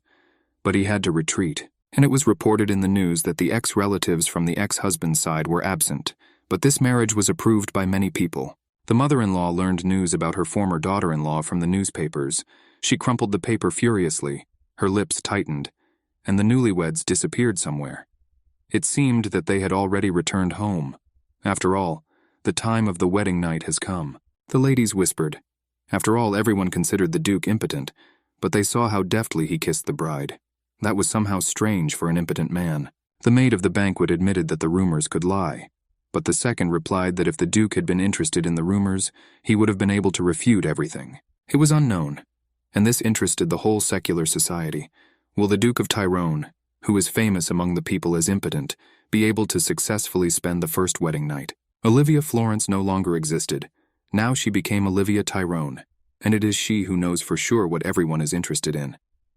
The girl walked along the corridor and was glad that everything was over. When she went down the stairs, her husband Jan was already waiting for her at the bottom. He gently took her hand. He said that it was time for them to go. The girl asked if they should greet their guests. After all, her husband James was absent at her last wedding, and the girl greeted each guest. And as a bride, she personally listened to all the complaints from picky guests. And if she hadn't done that then, she would certainly have listened to a bunch of insulted people on her side. But since it was already her second wedding, the Duke suggested that His Majesty take care of it, because it brought him great pleasure. Olivia replied to the Duke that she had already noticed how frivolously he behaved with His Majesty, and she considered it terrible manners. Ian Tyrone froze in place. He sharply replied that Olivia is not the kind of person who can tell him about manners. After all, at their first meeting, she said that it was very good that he did not have parents. The girl realized her mistakes of the past days, and now she was making small eyes, like she was sorry and asking for forgiveness. She apologized and asked for forgiveness. She regretted that it was too rude on her part. Herzog assured her that everything was fine. He admitted that he was actually glad that his parents were dead. This frank confession shocked the girl. The Duke turned around and left down the corridor of the castle. His loud footsteps echoed. Olivia was amazed. She didn't even find anything to answer him, or at least throw a remark in his back. The girl looked out the window. She understood that their transport was completely on the other side of the palace, but the newly made bridegroom intriguingly answered that today they will spend the night in the imperial palace. And again Olivia did not find anything to answer. She could not get used to the fact that she did not have the last word, and that they can decide something without her knowledge. John claimed that the Emperor had personally prepared a room for them. Therefore, he let them go much earlier from the banquet. The girl replied that apparently His Majesty really loved his nephew, but Jan replied that he saw a completely different motive in His Highness's concern. But Olivia couldn't understand what he was hinting at. The girl remembered the unrestrained emotions of the Emperor, and he will take care of his nephew at his request. He loved him so much that he almost begged her not to leave Jan. Olivia walked slowly in thought. Her husband said that if they weave like this, centuries will pass, and he asked her to forgive him for his actions. The Duke took his wife in his arms and carefully carried her. She was horrified and asked to put her back on her feet. She convinced him that they could go slowly. After all, in any case, they will go to bed anyway. The Duke became sad, and Olivia noticed what a strong man he was, holding onto his shoulders. She remembered that James was like that too. And I thought a little. While the Duke was carrying the girl, she began to snore a little, falling asleep. He looked at her anxiously. The maids helped Olivia change and get ready for bed. They combed her hair and cared for her skin. The girl was already yawning from the fatigue of a difficult day in her life. She said to herself that it seems that she was simply collapsing from fatigue after experiencing strong emotions. The maid led her away, asked her to follow. The girl followed the maid along the carpet, but she walked ahead and illuminated their path with a lantern that she carried in her hand. The maid led the girl into the room and smilingly asked her to wait.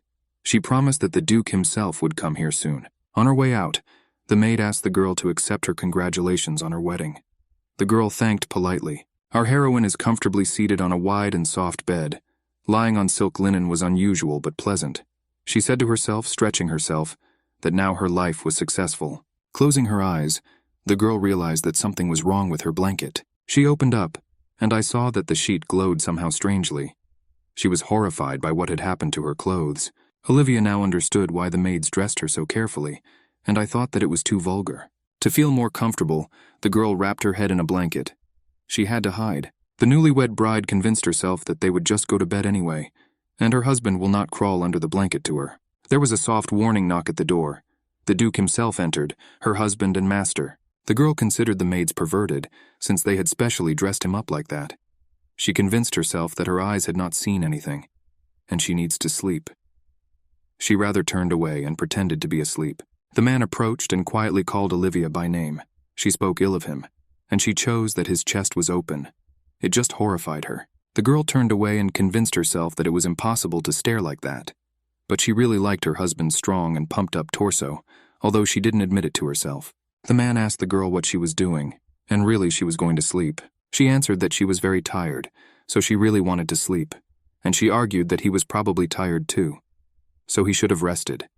And after wishing good night, she turned away again, wrapped in a blanket from head to toe.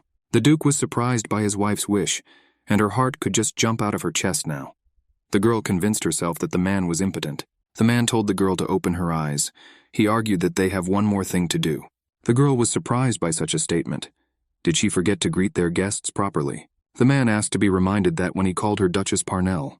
How did she answer him then? The girl then said that according to the imperial law, if the wedding night did not take place, then the marriage itself was considered invalid. And the girl guessed what was meant by one thing. The Duke said that the girl would suddenly decide to leave him. Maybe she is going to her lover. Olivia looked at him with an uncomprehending look. He gently smacked her on the head. Then he began to kiss her lips. The girl could not resist the pressure of passion.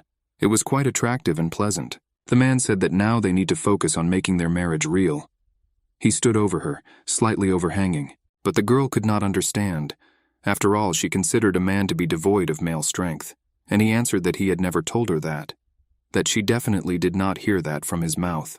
The girl said that there were rumors, that he had no sexual reaction to a beautiful girl at a banquet 2 years ago. The Duke calmly replied that he was simply not aroused by that girl, and that was it, that he just didn't like her. That is not necessarily excited to want every encounter. Olivia wondered. Then why did the Duke ask her attitude to the rumors around him? She considered him simply a liar. He said that she didn't need this blanket anyway, that the room is warm enough, and the ego began to pull on itself. The girl tried to keep the blanket on herself. She tried to turn away, but the man was persistent. She turned to him and said that she does not want children, that she is very afraid of giving birth. He kissed the back of her head, firmly holding her shoulders. He said that everything is fine, played with a strand of her hair. He imperceptibly helped the blanket slide off her shoulders. He removed the blanket completely, and he pressed the girl to him. He said that he doesn't need children either, so that she does not worry about this. The Duke hugged his wife Olivia from behind. He said that this is why he didn't say anything at their first meeting. It didn't matter to him that the nickname impotent stuck to him. The girl turned her head to him. He looked tenderly into her eyes, holding her cheek. Jan, holding the girl, put her on the bed, not stopping kissing. But she was still tense. He carefully bit her shoulder. He licked his neck. His hand slipped under the girl's petticoat and caressed her thigh. She grabbed his hand to stop him. The man was all wet from excitement. He threw himself forward on his knees and began to rub her buttocks. The girl jumped up from the surprise. She felt his erection in the pubic part of the abdomen. The man swayed with his whole body and the girl felt his erection. It was a big, erect penis. The girl jumped up sharply and tried to be as far away from the man as possible. Herzog excused himself that he had never experienced anything like this before, said that she has such a beautiful figure. He showered a lot of sincere compliments, but Olivia argued that the problem is someone else now. She asked why he was standing, but the man explained that it was not his will, that's what happens by itself, and he cannot influence it in any way. But the girl could not calm down. After all, there was a reason why His Majesty forgot to mention it. Then His Majesty said that he had made efforts. The Duke had achieved his goal. The girl slowly moved to the edge of the bed. She said she couldn't. I asked her to excuse me. She began to slide off the edge of the bed on the silk sheet. The man firmly grabbed her by the leg and pulled her to him. Firmly pressing her back to his chest, he hugged her tightly and placed his chin on her head. The Duke spoke tender words, looking the girl in the eyes. He admitted that he wanted her. He wants to please her. Jajdet merges with her like husband and wife. He asked his wife not to worry, and relax and trust your ego. The man said that he had nothing to worry about, so that she is not afraid of anything. He pressed her hand to his cheek. She opened her lips. The man began to kiss her. He kissed and bit her neck. He touched her thighs with his hand. The Duke took a position over the girl from above. She obeyed his desires. The man smoothly and carefully entered her body. The girl gasped and moaned. He moved smoothly and rhythmically, holding her hips. The bed creaked under his pressure. That night, Olivia became the wife of Duke Ian Tyrone, in all senses of the word. The morning was clear and sunny over the Emperor's castle. Our heroine woke up with sunken eyes. She was wrapped in a blanket up to her ears. Duke Jan dressed in fresh clothes.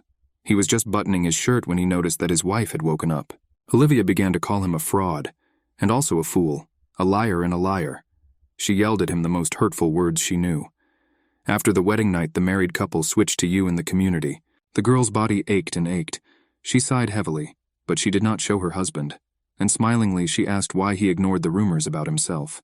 The Duke reminded her that he had told her before, that he is not the person who flirts with every girl. But looking back, the man said that Olivia was rude to him, and he didn't say a single stupid word to her. He asked if she knew why he did that to her, and the girl thought it was strange that Jan was always alone in his 20s, and that he got to her so easily. Obviously, there was only one reason.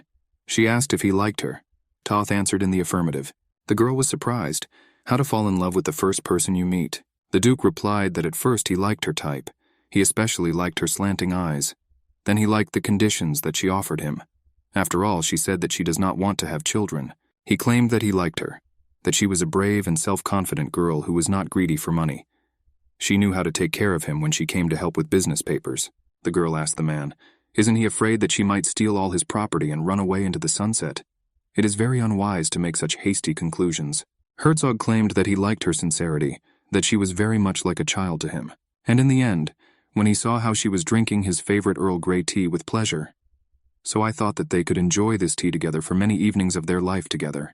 The man asked if Olivia believed him, and began to remove the blanket from her. He suggested trying to convince her in another way. The girl started yelling at him, that they will not indulge in amorous pleasures in broad daylight. She was so enraged that she was ready to scratch out his eyes. When the man turned away from her, she grabbed his shoulder and said that she was hungry. She offered them support. He surrendered not to her demand. He said he couldn't do anything about it. After all, he could not starve his wife. The man asked him to wait until he returned in 10 minutes, and he offered them to eat together. When the Duke was leaving, the girl thought, why didn't he pounce on her like an insatiable beast? The maid offered to help Olivia change. The girl gave in to the proposal, although she was not used to such treatment. When two maids began to undress the girl and brought a mirror to her, they found small but numerous bruises on her neck and décolleté. The girls said that her clothes might not suit her, since they were not sure that the suction on her neck would be covered. Olivia followed along the carpet, barely keeping up with her husband. A stylishly tied scarf flaunted her neck. She gasped involuntarily, and she thought to herself that he had brought her to such a state and was going to do it again later. She really thought she was going to die of embarrassment. These maids so sincerely congratulated her on her wedding. She realized that it was difficult for her to move, and clenched her teeth, feeling unpleasant. In front, a servant bowed to Duke Jan. When the Duke opened the door in front of his wife with a creak, she was indescribably surprised. The Emperor himself was already waiting for them. He greeted the married couple, and he affectionately called the girl daughter-in-law. Olivia had a sense of déjà vu. His Highness asked if she slept well. Was she comfortable? She thanked him for his hospitality. The girl was angry with her husband, that he did not warn her about the joint breakfast with His Majesty. The Duke saw that his chosen one was not in the mood, and suddenly slapped her on the head like a child. She didn't understand what tenderness was for no reason, and she began to get even more annoyed with him. Jan asked what she was. After all, he understood her look as a request for caresses and a kiss. The Emperor was delighted. He praised that they got along so well, and he just couldn't wait to see it. Then he began to get up from the chair, and he announced to the newlyweds that he was not going to have breakfast today. The faces of the Duke and the girl were confused. His Majesty said that his guests were not late for breakfast. The table in the living room was still empty and waiting for busy servants with aromatic dishes. His Majesty said that the Duchess was in no hurry, and she was surprised why the Emperor refused to eat. Olivia answered that her tardiness was due to illness. I asked His Majesty for forgiveness for this. The Emperor replied that he was not at all offended by the girl. After all, how could he do that with their savior? He thanked her for restoring their faith in his nephew. His eyes shone.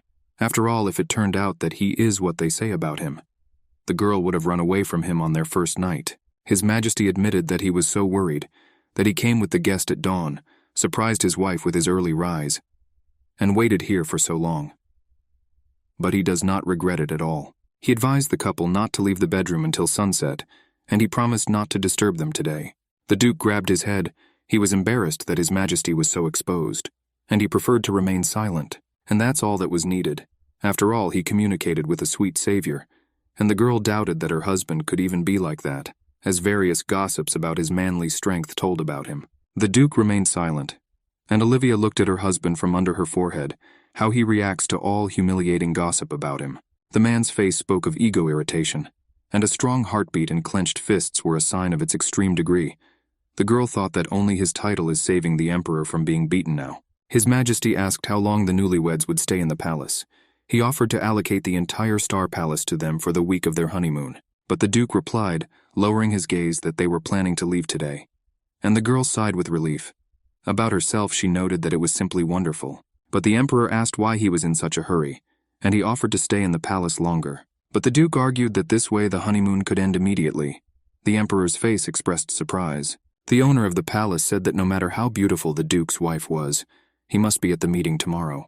The Emperor said that the two of them talk so much, and it's time for him to go. And without waiting for an answer, sneaking away on his tiptoes, he went away. The Duke then cheerfully told him that they would see each other again. And Olivia noted about herself that the Emperor simply ran away from them. The man carelessly threw a degradant after His Majesty, and his wife started shouting at him to keep him silent. This was an insult to the imperial family, and clamped his mouth with her hand. The Duke began to lick her palm. Then he licked his fingers.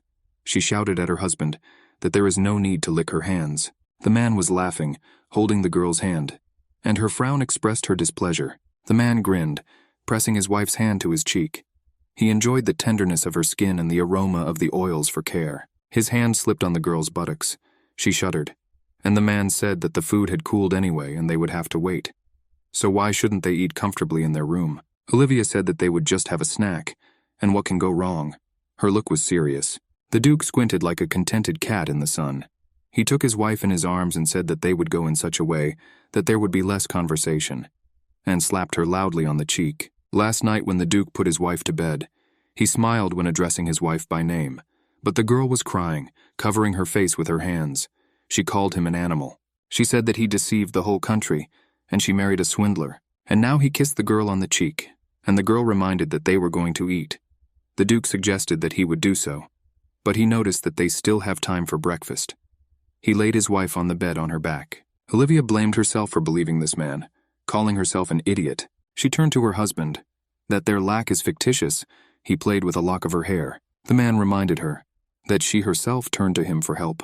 Olivia was horrified that the Duke knew something, and she understood that this could hurt her friend Romeo, that she is here only thanks to her friend. Who will fulfill that stupid request with a song? The Duke asked his wife. They will now go home, or they will take advantage of His Majesty's offer and stay here for a few days. Olivia announced that she wanted to go home. Our heroine thought that the room for the newlyweds in the Emperor's castle creates a special mood, and she was in a hurry to get out of here as soon as possible. But she couldn't go to the Duke's house like that either. He was a little ashamed to think about it. He patted her gently on the shoulder, then he caressed the shoulder blade area, and he suggested that they stay here longer. Olivia was indignant. She asked her husband to wait a minute, holding him by the collar. She put a stack of paper in front of him, and took one piece of paper and offered to draw up a contract. The Duke was surprised when she only managed. He agreed to discuss the conditions with her. The girl was talking about contraceptives, about devotion and fidelity in marriage. The Duke held his finger at her ornament. He replied that he himself wanted to offer it, and he invited his wife to continue, ready to listen to her. They were both in bed under the covers. The girl emphasized that the last thing is the most important, and she announced that their intimate relationship should be no more than once a week. At the same time, she raised her finger, calling for attention. The Duke sulked and was offended. Ego was not at all satisfied with the last clause of the contract. He asked if she was joking. Olivia was confused, and she answered him that she was still not sure about this question. The girl recalled how her first husband treated her in her first life. After all, in the present time, she did not see him either before the wedding or after it. She herself admitted that she was afraid to sleep with the Duke. She openly told her husband that she did not think he was a bad person. And it's not about pain or discomfort. She was doing and grinding. He asked her not to worry and promised to do everything in his power. She simply said that she wanted their intimacy not to be so frequent, and asked to reduce their quantity. The man answered, hugging his wife, that they did not have such a relationship, that he understands everything and can wait a little, despite her attractiveness and sexuality. The Duke said that he would not force her. He still held her in his arms. He assured the girl that he did not want to hurt her. He pulled her away from him and looked directly into her eyes. The Duke smiled and was sincere. He claimed that he wanted to give his wife only happiness and joy. Therefore, I did not want to impose any obligations on her that make her afraid. The man was once again on top of the girl. He gently stroked her face, kissed her lips. She was no longer so tense, because she believed him. He promised to wait until the pain in her body subsided. I asked her not to worry. Olivia felt a little sad. The Duke had already jokingly said that the last point of their agreement needed to be thought over a little. Olivia gave up, although she sulked at her husband. After all, her goal was not fully achieved. The man grinned. After all, his goal was approaching. Little by little, he won the heart of that girl who was incomprehensible to him. They were sitting on the couch. The girl was in one underwear. Her husband asked her who had instilled fear in her. He assumed that her father or her lover could have done it. Olivia refuted the ego theory at the expense of the beloved. He said that it was good, because he considered himself terribly jealous. The brunette walked along the paved path. With his hand, he held a short sword at his belt. It was James Parnell. He rubbed his wet forehead with his hand. A blonde girl turned to him, but she asked for forgiveness and asked to be told where the ceremony of initiation into students would take place. He showed her the direction with his finger, although he himself was not sure of it. The girl looked at him and briefly thanked him. When the girl left, the guy sniffed himself to see if he smelled of sweat. Only then did he realize that he had not asked the girl her name. He did not consider himself sociable, and in general, he did not know how to make acquaintances and make the right impression on girls. After staying at the academy for 2 weeks, the guy still recognized her name. It was Olivia Florence from the accounting department. The man was lying on a hospital bed. He was delirious in a fever. He called the name Olivia. When he woke up and sat down, a stabbing pain in his side immediately made itself felt. He groaned quietly while holding the bandage. His subordinate entered. He asked the commander-in-chief how he felt. He warned that therefore it is impossible to move now. James asked how long he had been unconscious. It turned out that he has been in the hospital for a whole week, that all the spies were captured, but that situation was very dangerous. The man remembered the details, how he crossed arms with the enemy, and he received a serious injury from the enemy. Ego was warned of danger from behind, how he was cut and he lost consciousness from the shock. Podruchny told the wounded man that he was discovered quickly enough, and minimal damage was done to his health. This was a border zone where the conflict with the enemy side unfolded. It was a cruel battlefield where small military skirmishes took place for decades, and the recent battle was caused by the capture of an informant, who continued to leak data to the enemy side. The man remembered that he had a dream. He hoped that everything was fine with his wife. He looked down at his hands and did not find the wedding ring on his finger. On the frontier battlefield, no one knows about the existence of the ring, because it is inconvenient for sword owners to wear rings. But James, oddly enough, never took off his ring. although he never saw his wife's face. Podrukny was proud that his superiority kept his wife faithful. His master was such a man. He replied that his ring was badly damaged and was now being repaired. James said he had a strange feeling. Maybe it was the result of the trauma received in that battle. Podrukny brought the hostess envelopes with a seal. The man admitted that it was from his wife, but the assistant said that it was from the uncle, and also from the imperial family. James asked himself what had happened in the imperial palace. He disclosed the received letters. The man skimmed through their contents and angrily crumpled the writing paper. The man writhed in pain and cursed involuntarily. His assistant was alarmed. What happened? And when he looked over his shoulder, he was able to read an excerpt from the letter. Also, there was an annulment of marriage with the seal of the emperor. James filtered through his teeth that the marriage was considered invalid according to the emperor's law. The assistant took hold of the head and sympathized with the hostess, but he said that he does not understand anything. And then the servant said that he heard something, but did not give the meaning. I considered the rumors to be false. There were rumors that Olivia and Duke John were dating. And when His Majesty heard about it, he decided to support their relationship. James recalled that there were rumors about that duke, and he wondered how he could get married who has no intimacy with women. He reread the letter, trying to understand how they could dissolve his marriage without his consent and signature. His hands were shaking. In the letter, James's relatives called Olivia a bad woman. After all, she disgraced the honor of the ego of the family. Then they kicked her out of the house. It was also written about the return of money previously transferred to the Florence family. The Duchess's mother wrote that her son should not worry about this incident and calmly defend the state on the border. The man tore the mother's letter into small pieces. Rana ego nachalas is more disturbing. A carriage drawn by a pair of white horses arrived at the front entrance of the Duke of Tyrone's mansion. Dvoretsky went out to meet the hostess with his new wife. Duke Jan helped Olivia out of the carriage. He carefully held her hand, helping her down the steps. The servants and the butler greeted the lady with joy. They bowed obligingly and submissively to the Duchess of Tyrone. This event reminded the girl of her past. Only then was she in a dark dress, and no one met her at the front door. The girl realized that her past memories are gradually fading, and it becomes more difficult for her to remember the details. Now she could start everything with a clean slate in the new house of the Duke of Tyrone, as his legitimate and passionately loved wife. Spouses walked along the corridor carpet. The Duke turned to his wife with an offer to rest a little and drink a cup of tea in the garden. But she replied that she was falling asleep and she wanted to sleep a little. The man offered her to rest in his room, but Olivia asked him not to create awkward situations. He answered that they are both at home, but the girl considered it abnormal and reminded about their contract. He looked tenderly at her face, and he said that the number of times has not yet been determined. The girl jumped up. She screamed for him to take his hands away and not touch her, and in general, that he kept a distance of 2 meters. The girl pursed her lips and hurriedly climbed up the stairs. Jan cheerfully shouted to her from below that they would see each other in the evening. Olivia entered the room, slammed the door loudly. The maid brought the boxes into her room and politely asked the lady if she was okay. She assured me that everything was fine. The girl happily flopped into the nearest armchair. She thought that the Duke was a decent man, but if he continues to behave like this, he will lick her hands, press them to his cheek. It will be very difficult for her to deal with him. With a characteristic sound, the girl dropped her head sharply on the headrest of the chair. The maid waited for the mistress to come to her senses and notice her presence, and only then did she report that an urgent letter had arrived. Ego needed to be read immediately. Olivia held her head in the area of the temples. Her head was splitting terribly, but she found strength in herself and gathered herself for important and urgent matters. The envelope was signed Florence at the bottom, and in confirmation, it was sealed with her father's seal. She was somehow waiting for a letter from her father. He wrote that the money received for her marriage from Duke James Parnell was taken back by the family, and now the whole family will die because of her. Viscount asked Olivia to solve this problem. The girl was pleased with herself and grinned.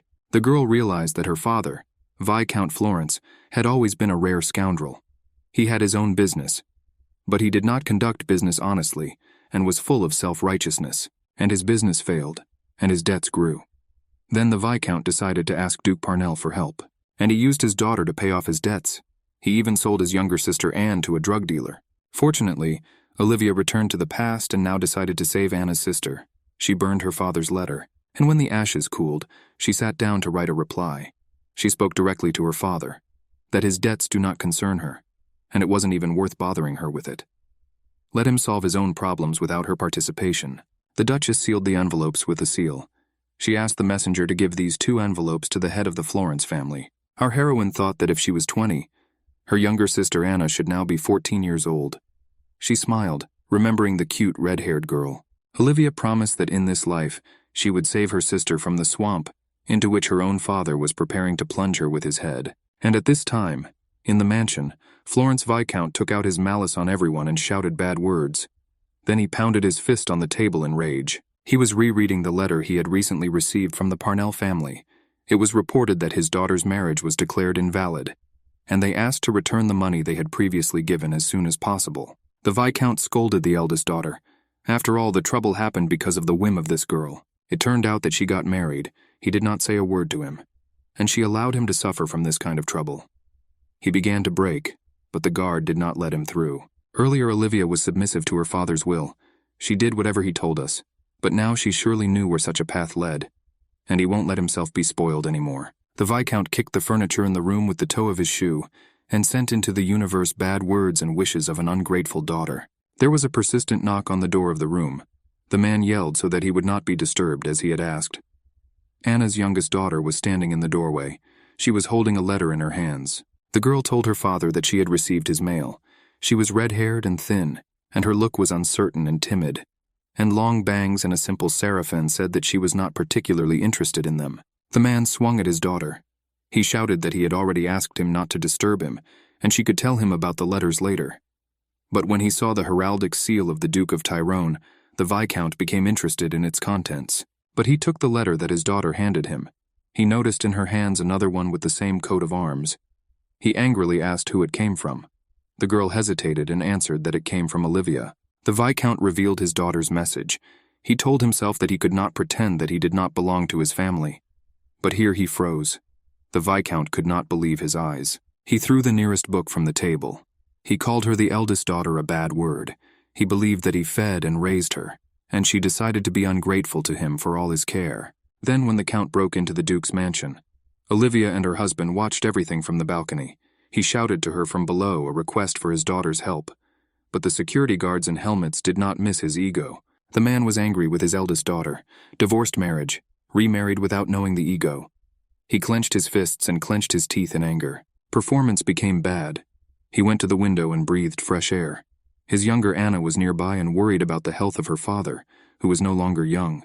And then he saw a letter in the girl's hands, pressed to her chest. He wondered what kind of envelope she had in her hands.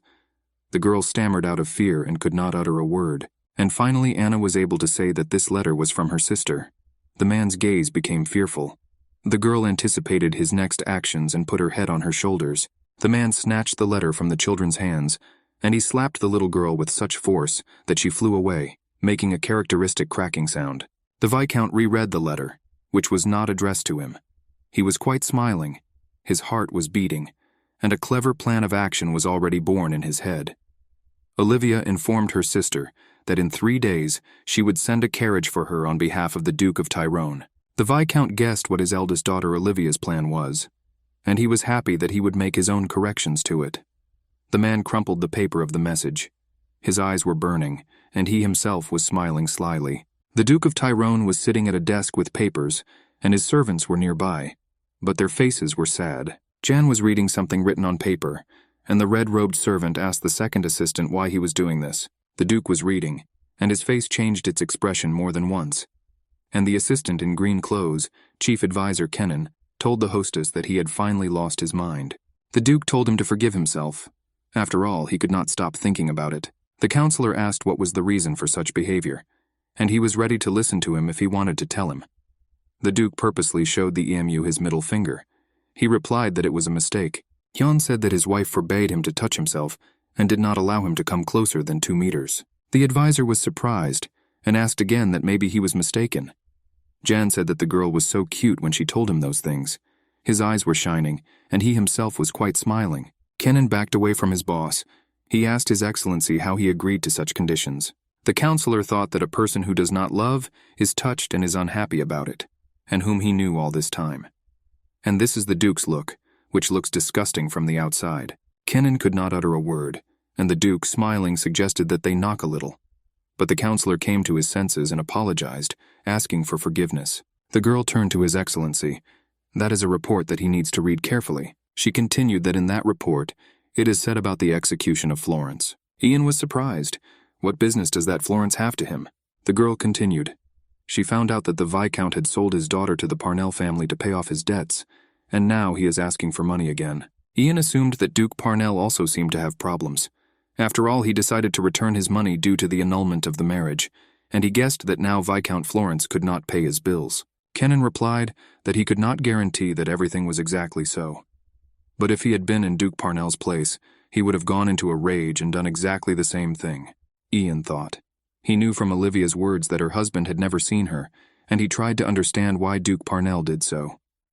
The counselor, busily rubbing his glasses, asked his lordship, "How will he tell him to act in this case?" The man thought that there was some other reason hidden in this situation. Kennan asked the Duke, "Isn't it easier to give money to the wife's family?"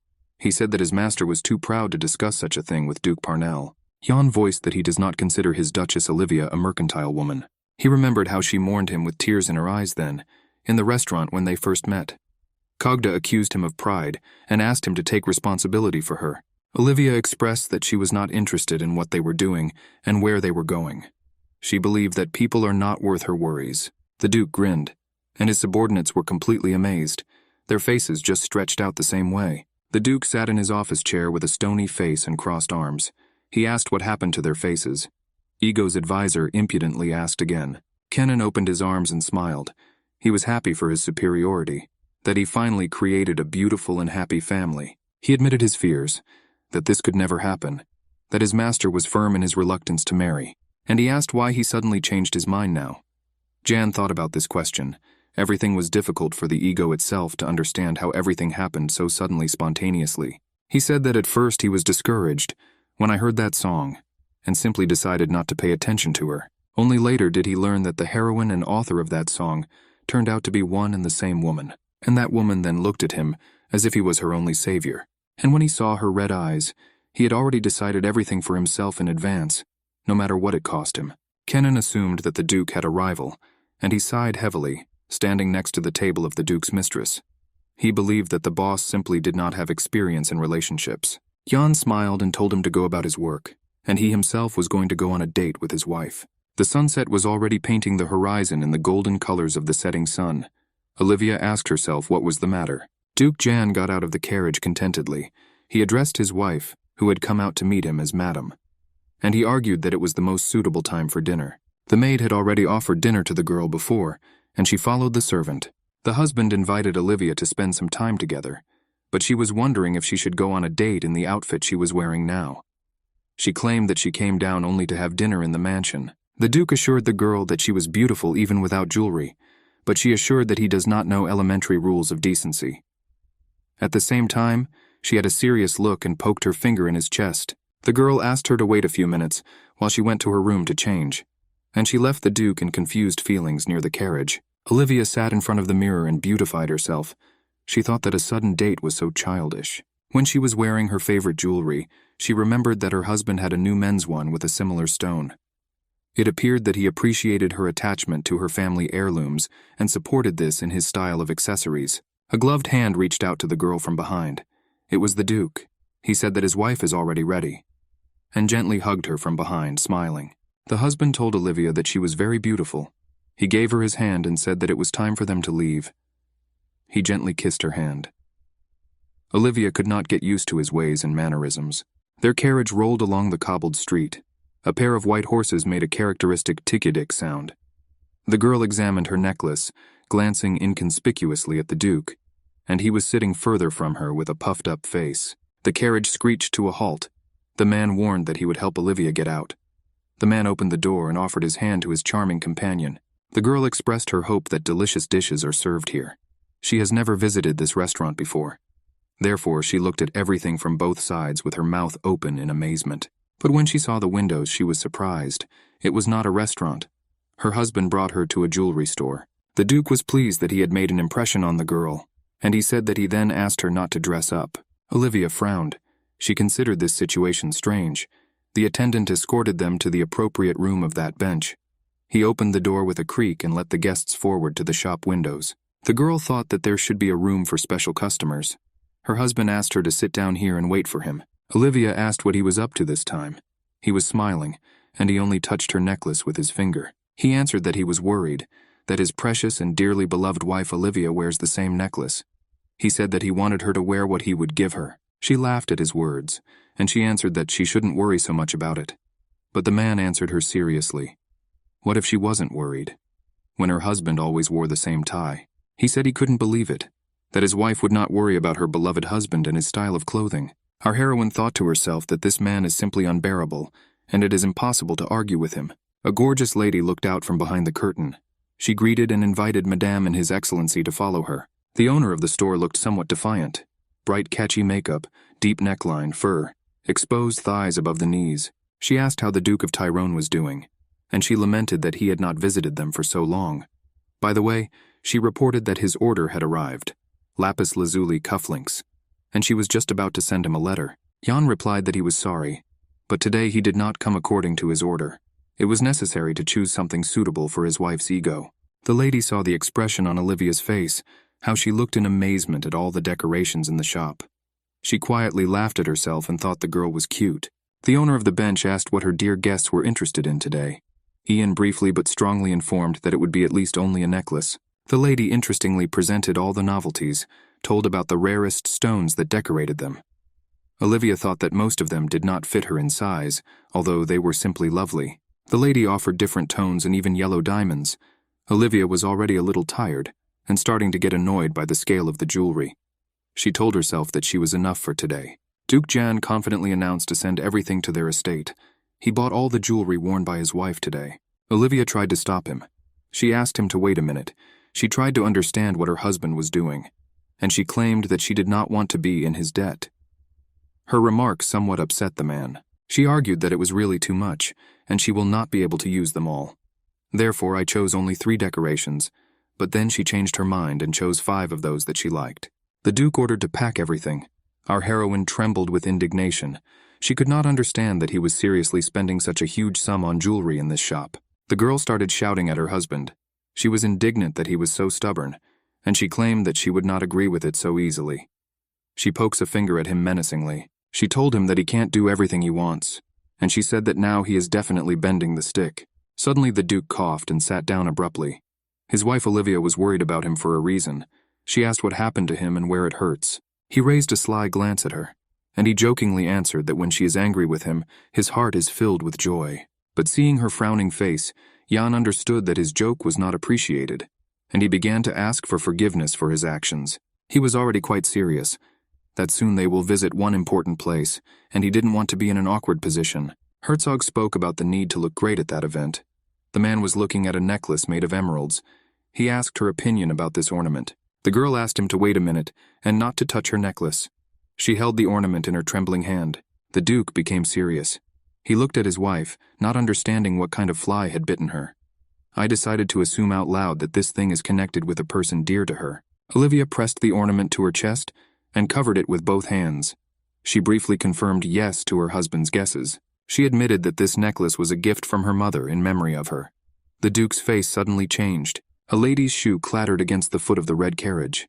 The girl was getting out of the carriage. A man was supporting her. Olivia sighed with relief. She will finally have dinner today. The husband made a sly compliment to her earrings. The girl asked why he was so excited. The man explained that the necklace was a gift from the viceroy, and he had the impression that she was now with them. The Duke said that as a son-in-law, he was a little worried. Olivia noticed that before he had a completely different reaction to the necklace, he used to worry. But now her husband looked happy. She considered her husband strange, but she said that in any case, she did everything as he said. The girl pointed with her finger at the rather heavy earrings that they had bought in that shop today. The girl asked only that he does not tell her that he is still going to buy something for her. He agreed, and he asked her to go faster. And a red-haired lady was looking out the window at them. They were met by a servant and escorted to an elegant hall. Steps covered with a red carpet led to the top. A harp stood nearby. The Duke was greeted and invited to settle down more comfortably. John said that he and his wife will occupy a place that he constantly reserves. The servant nodded in agreement as a sign of submission and readiness to serve the distinguished guest. Ladies were whispering at the next table. She spoke to the other, glaring at Olivia, that she is the same girl who married a duke incapable of amorous pleasures. Olivia noticed that she was being looked at too closely. She told herself for consolation that this should not be taken to heart. But suddenly the girl's head went like lightning. She caught the wrong lady's gaze, but I looked at her in the open from the balcony. Lady was dressed in burgundy colors, dress with an asymmetric shoulder. She slowly sipped champagne, and the waiter stood ready to take any of her orders. The girl could not understand who the lady was, and why is she looking at it so intently? Her husband brought her out of her thoughts and solutions to this puzzle, called her by name. The girl thought for her comfort.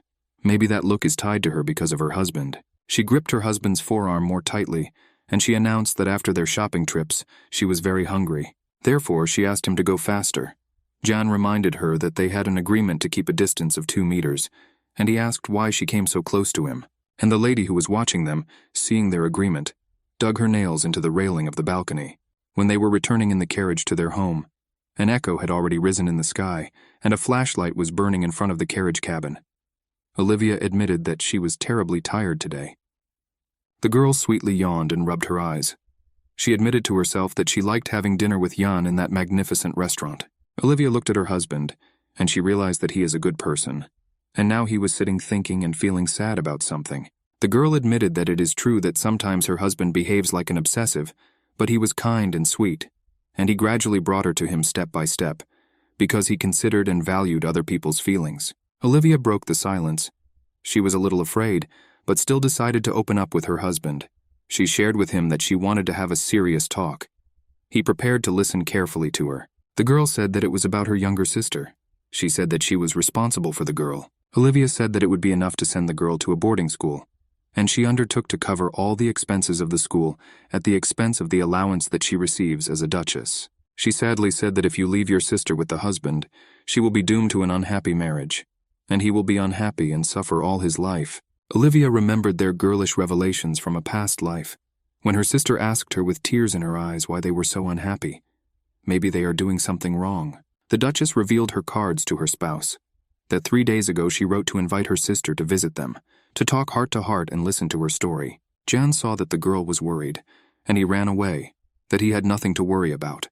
And the girl continued, that she just wants to make sure how her sister is doing. Jan looked into the eyes of his wife.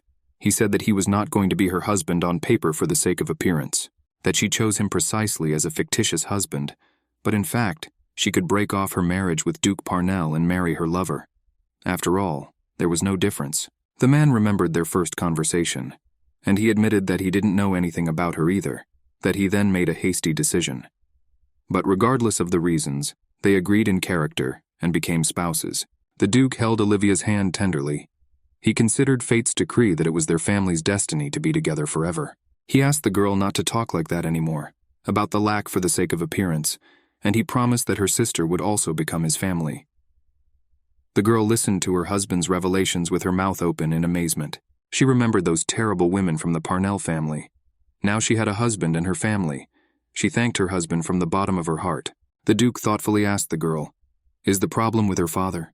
She confirmed it, and she said that she did not want to deal with it for a long time. The Duke asked if Olivia wanted to take her parents somewhere further. She replied that it was obvious. She preferred to stay as far away from him as possible. "And I will never see him again in my life." He said that she could ask him to do that, and he promised that they could do anything she wanted, and a simple thank you from his wife will be enough for him. Olivia thought deeply. The girl asked to leave it at her discretion. She said that she wants to deal with this issue on her own. Ian was surprised. His face did not hide it, but he didn't say anything in response, only turned to look at the window. And the girl asked if he was offended by her. She was sorry, but she couldn't do anything about it. It was her personal thing, and she wanted to participate as much as possible in all aspects of the case. This was her old dream, and she wanted to do it herself. 3 days later, the maid combed Olivia's hair, and she noticed that her mistress had chosen an outfit today that was completely different from her usual style. The girl was wearing a dress in scarlet tones with a golden pattern. Shoulders, back, and cleavage were exposed. She said that today is a special day. Anna's first visit was planned for today. The carriage was already approaching the front door of the ducal mansion, and it was obvious that this person would come with her sister. Annie looked out of the carriage window at the huge estates and the magnificent mansion of the Duke of Tyrone. And her father did not want to miss such an opportunity and rode next to his youngest daughter. Olivia interrupted the letter for Anna in the middle, did not tell her everything. and the Count interpreted it in his favor, which was what it was designed for. The Duchess gathered her hair in a high ponytail, and she did not choose a hairstyle and dress of such a tone by chance. She knew that her father simply hated such colors of clothing. Tying her tail, the girl was quite grinning. After all, she strove to annoy the performer even with her hair. He always forbade her to wear such hairstyles. The servant came with the report that the carriage of the Florence family had already arrived. Olivia answered that she would come out right now to meet them. Ian rushed to his wife at full speed. She was surprised by this. He said that he was specially waiting for her to go down together. He asked the girl not to worry, and he promised not to interfere no matter what happened. He took her hand and ordered her to go. The heavy boots tapped impatiently. He said that this is not a joke, that Olivia really is the full-fledged mistress of the ducal mansion. The Viscount glanced impatiently at his pocket watch. A teenage girl humbly stood next to him. The man was indignant that his sister had already arrived, and Olivia was not even going to go out and meet her. The Duchess came out accompanied by her husband and called the girl by name. The Viscount stammered to Jan according to the rank. He didn't expect that he would come out either. Olivia was satisfied with the produced effect. Her look was defiant. She asked her sister how she was doing and whether she was eating well. The girl briefly answered yes, glancing warily at her father. Olivia held her sister tightly by the shoulders and looked into her eyes, smiling. Then the Duchess turned her gaze to the uninvited guest and briefly interrupted that only Florence Anna was invited. The girl hugged the teenager, as if protecting him from the evil man. She said that the letter was intended for Anna personally, and she said that she had no idea how he found out about the invitation addressed to the girl. At the same time, the speaker hugged her sister and smiled happily. Vicon began to stammer out of rage, but he still managed to squeeze out insulting words addressed to his eldest daughter. He called her ungrateful, and then the Duke himself stood up for the girl. He shielded his wife and sister from the enraged, uninvited guest. The Viscount had to retreat. He bowed to His Excellency as a sign of respect and submission. Olivia asked Anna's husband to leave for a minute. Jan obeyed his wife's will. He put his arms around the teenager's shoulders and turned her to the side, leading her by taking her hand firmly. And Olivia offered her father to go to the other room for a while. She told him in his ear not to get upset so much, and the counselor thanked God that he was not immediately thrown out of the estate as an uninvited guest. The Viscount left, gritting his teeth. The Duke could see the tension on Anna's face, and he asked why she was worried about her sister. The girl said that her father does not know how to control his emotions, and he might harm her sister. Jan spoke in a comforting tone so that the girl would not worry too much about her sister. At the same time, his facial expression was confident, and his voice was convincing. The Duke was sure that his wife Olivia was a strong girl. The man invited the girl to tell him some interesting things about herself and more. Annie looked at him with bewilderment with her round yellow-green eyes. She was completely bewildered by such treatment of a completely unfamiliar person. And our heroine walked along the garden path. Her grieving father, Viscount Flores, followed her, crossing his arms. He wondered what was wrong with this damn girl. In her current form, the ego was enraged by absolutely everything. Clothes, hairstyle, decoration, confident look. Where did Olivia, his obedient and shy girl, go? Now this was an obstinate thing. His daughter became a duchess, which in itself personifies the wealth and prestige of a noble house. The Viscount was gloating. He finally found a way to make money. Perhaps the Duke of Tyrone has noticed him and will not be as stingy as his daughter. He was pleased with himself and grinned. Olivia invited the maid to come in after her, opened one of the doors. The man was amazed by the magnificence of the Duke's winter garden greenhouse. He couldn't believe himself that there are such beautiful places as this. Olivia said that this greenhouse was designed by Duchess Sunday. The Viscount was charmed by the beauty and stood a little bewildered. He said that it was simply wonderful that his daughter now lives in such luxury, but the girl told him not to get lost. She didn't bring him here to show off. Olivia said that as a newlywed she could not show her husband insolence, and that's why she brought him here to talk quietly with him. She slowly moved the chair. The girl sat comfortably on a carved chair, not thinking to offer the guest a seat. She said that she had received a letter saying that her father needed to repay his debt to Duke Parnell. He answered in the affirmative, adding that he already had a headache from this question. But the girl briefly told him to leave, which made her furious. The man began to shout furiously at his daughter. I asked what she just said, but she answered absolutely calmly that she had not invited him today. Olivia claimed that she had no money, and if there were, she still wouldn't have given it to him to repay the debt. The Viscount shouted how to understand her words, that he had already surrendered his pride when he came to her for help. The man was kneeling in front of his daughter. The girl pretended to be thinking. but she replied that she had nothing more to add, and she expressed the hope that he would never bother her with such questions again. The artist's face stretched out in surprise and annoyance. He grabbed his daughter's hand tightly. He said that she knows that the family's business is bad, and this additional debt will completely sink his business. The Viscount said that one day he would pay off his debts, but he asked Olivia to think about her sister. He grinned gloatingly. He said that she should think about the fate of her poor sister. The Duchess gritted her teeth, and the father continued to bend the line, that she will not become poor if she gives her father a little money. The girl forcefully pulled her hand out of her father's strong grip. She angrily asked since when the scoundrel became interested in Anna's fate. She shouted the most insulting words in his face, so that he did not dare to tell her about the love of a father and the ego of a daughter. Her hands were clenched into fists and were shaking violently. Olivia said that she noticed bruises on her sister's body, and she was absolutely sure who did this to her. She shouted at the elderly man, "How dare he raise his hand on a small child, and continue to behave as if nothing had happened? He even covers himself with it, asks for money." The Duchess, straightening her hair, spoke to her father in a cold tone, that Anna will stay with her, and she will take care of her future. And Ego asked to leave the mansion as soon as possible. Viscount pounded his fist on the table. He shouted that he would not give Anna to anyone. He shouted at his daughter, that she keeps her cool, skillfully hides her real face, and he said that he knows who she represents. He stepped on his daughter with his whole body. He said that she would not be able to take Anna away from him, that he will not let her find herself in a more favorable position. Olivia did not know what kind of reward she could count on, but her hopes were still false. Her father said that she was a liar, and in a fit of rage he swung his hand, but suddenly movement started nearby. In an instant, 3 sharp metal blades appeared at the throat. He made a disappointed sound. His teeth were clenched in fear. The man fell to his knees, following the order of the guards with weapons. These were the knights of the Duke of Tyrone. He had promised Olivia in the morning not to interfere, and now the girl gratefully appreciated his care and thoughtfulness, not breaking the word given to her. The Viscount was kneeling next to his daughter.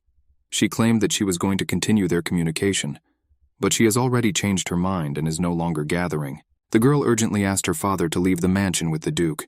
She assumed a threatening pose, and her tone demanded obedience. The Duchess narrowed her eyes and asserted that this was her last warning today. The knights stood next to each other, surrounded the Duchess, and the Count ran away like the last coward and scoundrel. The man ran away. He understood that his daughter insisted on his immediate departure, but he also promised not to stop pursuing her. He threatened to take Anna and get money. The Duchess thanked the knights for a job well done, and she suggested that they return to the house.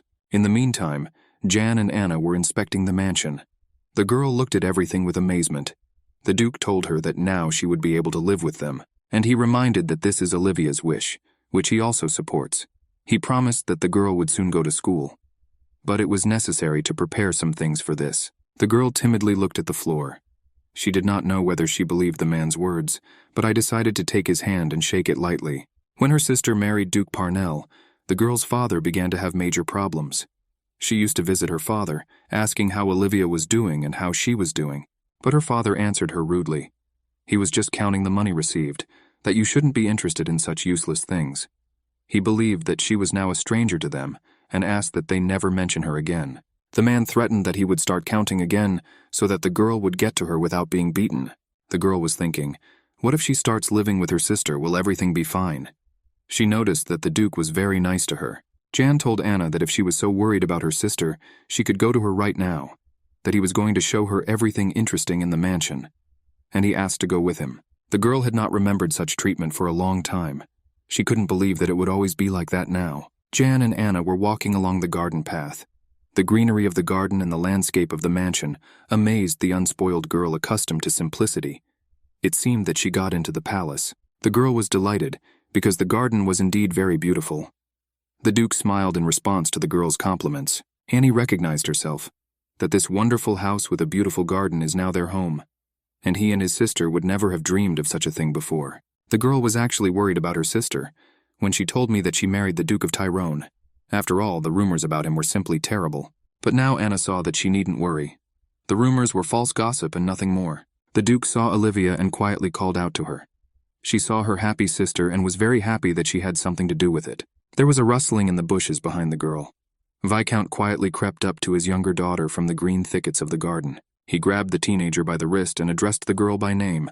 These actions scared the girl a lot. Olivia and Jan were simply taken aback by such impudence and boldness. They already hoped that he had been humiliated enough for today, and that he would get out of here already. Olivia asked if he shouldn't have left their estate by now. He answered evilly so that his daughter would not yell at him. The girl invited her sister to go with her to the house, because it was dangerous to be here. But the Viscount asked the girl to think carefully. Will the Duke treat her well? He was not related to her by blood. The man reassured the little girl by holding her shoulder, that her sister called her here today to use in her evil plans. He claimed that he was the only one who cared about her well-being, and the Duke and his sister will treat her like nothing. The Duke held Olivia by the shoulder, and did not let her cling to the piece, so as to scratch out his eyes and tear out his bad tongue. He suggested simply observing from the side. He wanted the girl to express herself in the face of her father today and now, to put an end to their relationship once and for all. Anna remembered her father's fits of rage, his brutal beatings. She swallowed nervously at the mere memory. She closed her eyes and told her father that she would stay here. Tot began to shout at her furiously. He advised me to think carefully once more. He claimed that she was making a big mistake, but the girl dared to look up at her father. She told him that if she didn't stay with her sister now, she would regret it all her life. Viscount looked only evil at his daughters. He said that they are similar in their ignorance and disrespect for their father and their family, who gave them life and the way to life. At the end of his insults, he said that they both look like their wayward and promiscuous mother. At the same time, he poked his finger directly in his daughter's face. Suddenly, Duke Jan grabbed his hand tightly. Holding him by the brush with a strong grip, the son-in-law asked the man to be more careful. He warned that there is a limit to his words. The Viscount clenched his teeth. It seemed to him that the Duke would now break his bones. The man pulled out his hand and agreed to leave everything as it is, but he promised that they will regret what they did today more than once. The Viscount quickly left before the Duke's knights put him outside the gate. He no longer wanted to feel the steel of their weapons against his neck. Olivia breathed out the excess of feelings out loud. Then she groped her sister with her teeth and asked if she was healthy and if everything was okay with her. Annie answered sadly that she was sorry, and she regrets that her sister and the Duke are in trouble because of her. Olivia hugged the girl by the shoulders. She cooed in her ear that the girl shouldn't worry about it. She assured Anna that she was not to blame. She gratefully responded with mutual hugs and caresses. The Duchess calmed down a little and asked her sister never to say that to her again. The girl nodded in agreement. Duke Jan hugged his wife's shoulders, as if unintentionally interfering in the girl's conversation. He said that Olivia's sister is also his family, and he said that the girl was not a burden to them at all. Olivia was indignant at what Ian was doing, and she reminded him of their agreement about no closer than 2 meters. He asked her to take a closer look. The Duke languidly rubbed his Duchess's shoulders, and she pretended that she was only allowing him. Both spouses received carnal pleasures, and Anna was happy that she got into a happy family and became a part of it. She sincerely thanked her sister for giving her the opportunity to live a full life without daily fear and pain. Our heroine was sitting on a carved chair. She listened to the wonderful sounds of the violin. Baby Anna played the violin beautifully. Her bow masterfully moved along the strings of the instrument. Olivia applauded her sister. She said that Anna's abilities are comparable to Paganina's talent. The girl modestly answered that she was not sure if it was possible to touch the instrument, but her sister convinced her that she is the owner here, so she allows her younger sister to take whatever she wants. Anna asked how her sister knew that melody. She thought that the eldest of them was not interested in music at all. After all, before Olivia said that it was a waste of money, and the payment for lessons is very high, and they could not afford to go to the concert because of the high price of tickets. The girl thought that she was still very straightforward, but now she has revised her attitude to many things. Annie heartily congratulated her sister on her second marriage. She said she was glad to meet her brother, and she is happy to know that her sister lives in her pleasure as she herself wants. Olivia rejoiced in freedom, and Jan gave it to her, comfort that she did not have in her past life, and she wanted Anna to be happy too. She knew that her sister would definitely not live with that bad drug addict husband. Olivia caressed her sister. She jokingly asked when she managed to grow up like that, and Anna asked her not to accidentally strangle her in her sister's arms. But then the girl noticed a blue stone necklace on her sister's neck. I was surprised that she was wearing this ornament. After all, my sister used to say that it was old-fashioned, and she didn't want to wear it anymore. Olivia remembered that she rarely wore that necklace before. Then the mother-in-law asked if the girl wanted to wear such a vulgar thing, and the girl put off the decoration, even though she liked it. And then the ignorant woman threw out the jewel, which was the only reminder of her mother. And the reason was that the necklace was irretrievably lost, literally thrown out the window, and the girl was not able to find him. Olivia was looking for a decoration, felt her hands on the ground, carefully examined everything around her. She mourned what connected her with her dead mother. Now she was smiling. The sister answered that she simply skillfully combines it with clothes. Annie replied that she was well chosen. The girl was also smiling. She said that their mother had left the decoration especially for Olivia. A knock was heard at the door. It was Jan who wanted to join the beautiful young ladies. The man smiled happily and serenely. He offered them his services. The girl suggested that they go shopping with Anna tomorrow. She said that since her younger sister lives here, she will need many new and necessary things for an ordinary teenager. Jan asked, smiling, if Olivia wanted to take him with her. And she thought that he wanted to have fun, watching their surprise and delight at simple things. The girl replied that she was not sure if there was such a need, but then Annie gasped and grabbed her head. Both spouses rushed to the girl, asking that the child hurts. The girl said that she suddenly had a headache. She referred to fatigue and assumed that this was the cause of the pain. Olivia felt the teenager's forehead to see if he was hot, but the girl answered that everything was fine with her. She said that after rest she should become better, so she promised to be ready to go shopping with her brother tomorrow, at the same time cheerfully winking at the Duke with one eye. The man simply nodded in response to the girl. She also nodded to him. Olivia, watching this, was completely bewildered. Jan told the girl to go and rest, and he suggested to Olivia that he himself escorts Anna to her room. What surprised his wife even more. And Annie only smiled in response. The morning was clear, and the sky was covered only by rare white clouds. Olivia was surprised and could not understand when her husband and sister became close to each other. The Duke replied that the girl's character was better than he expected. He translated their conversation, and he asked where they were going in the first place. Olivia began to say, "Of course, and go." But here it failed, and Jan asked her again. The girl almost said as usual about Gosh's store. After all, Goshu department store will be opened in about 10 years. For the first time, a store of this type will appear in the empire. Its founder will be a foreigner. Therefore, the store will have such an unusual name. Olivia told herself that she needed to be careful. After all, if she commits such, albeit insignificant mistakes, Jan can notice it. She said out loud that it would be nice to go to a clothing store. Jan supported her, and he said that this is how they will act. The owner of the store greeted important guests with honor. He said that it was a great honor for him to receive the Duke of Tyrone from the Duchess. Olivia examined the section for teenagers. There were many fashionable things here, and she also noticed that her husband clearly had a sense of style, that he chooses things well to emphasize his figure. The owner of the shop asked if he could help Madame Duchess in any way. She answered that she was looking for clothes for a 14-year-old girl. He escorted her, told her to go that way. He pointed to the hangers with clothes. Olivia turned her head in different directions. But Jan said that they don't need to look for something specific, and they bought all these dresses today. Surprised grimaces simultaneously appeared on the faces of Olivia and the owner of the store. The girl thought that her husband was clearly crazy, and expressed her protest. Jan was upset by her refusal. He asked why she refused everything he chose. Olivia explained to him that buying useless things is a waste of money, but he asked why it was such a problem for her. Ian argued that a waste of money is a term used by people with limited finances, and he has a lot of money, and he spent them quite thoughtfully, especially the fact that he was not spending time with his wife. The man gently touched her hair and looked into her face. Olivia agreed to take 5 outfits. Jan cheerfully agreed with her, and she thought that he was as clever as a bald man. The Duke suggested that his wife change her hairstyle. The girl tensed. She did not understand why her husband did not like her hairstyle.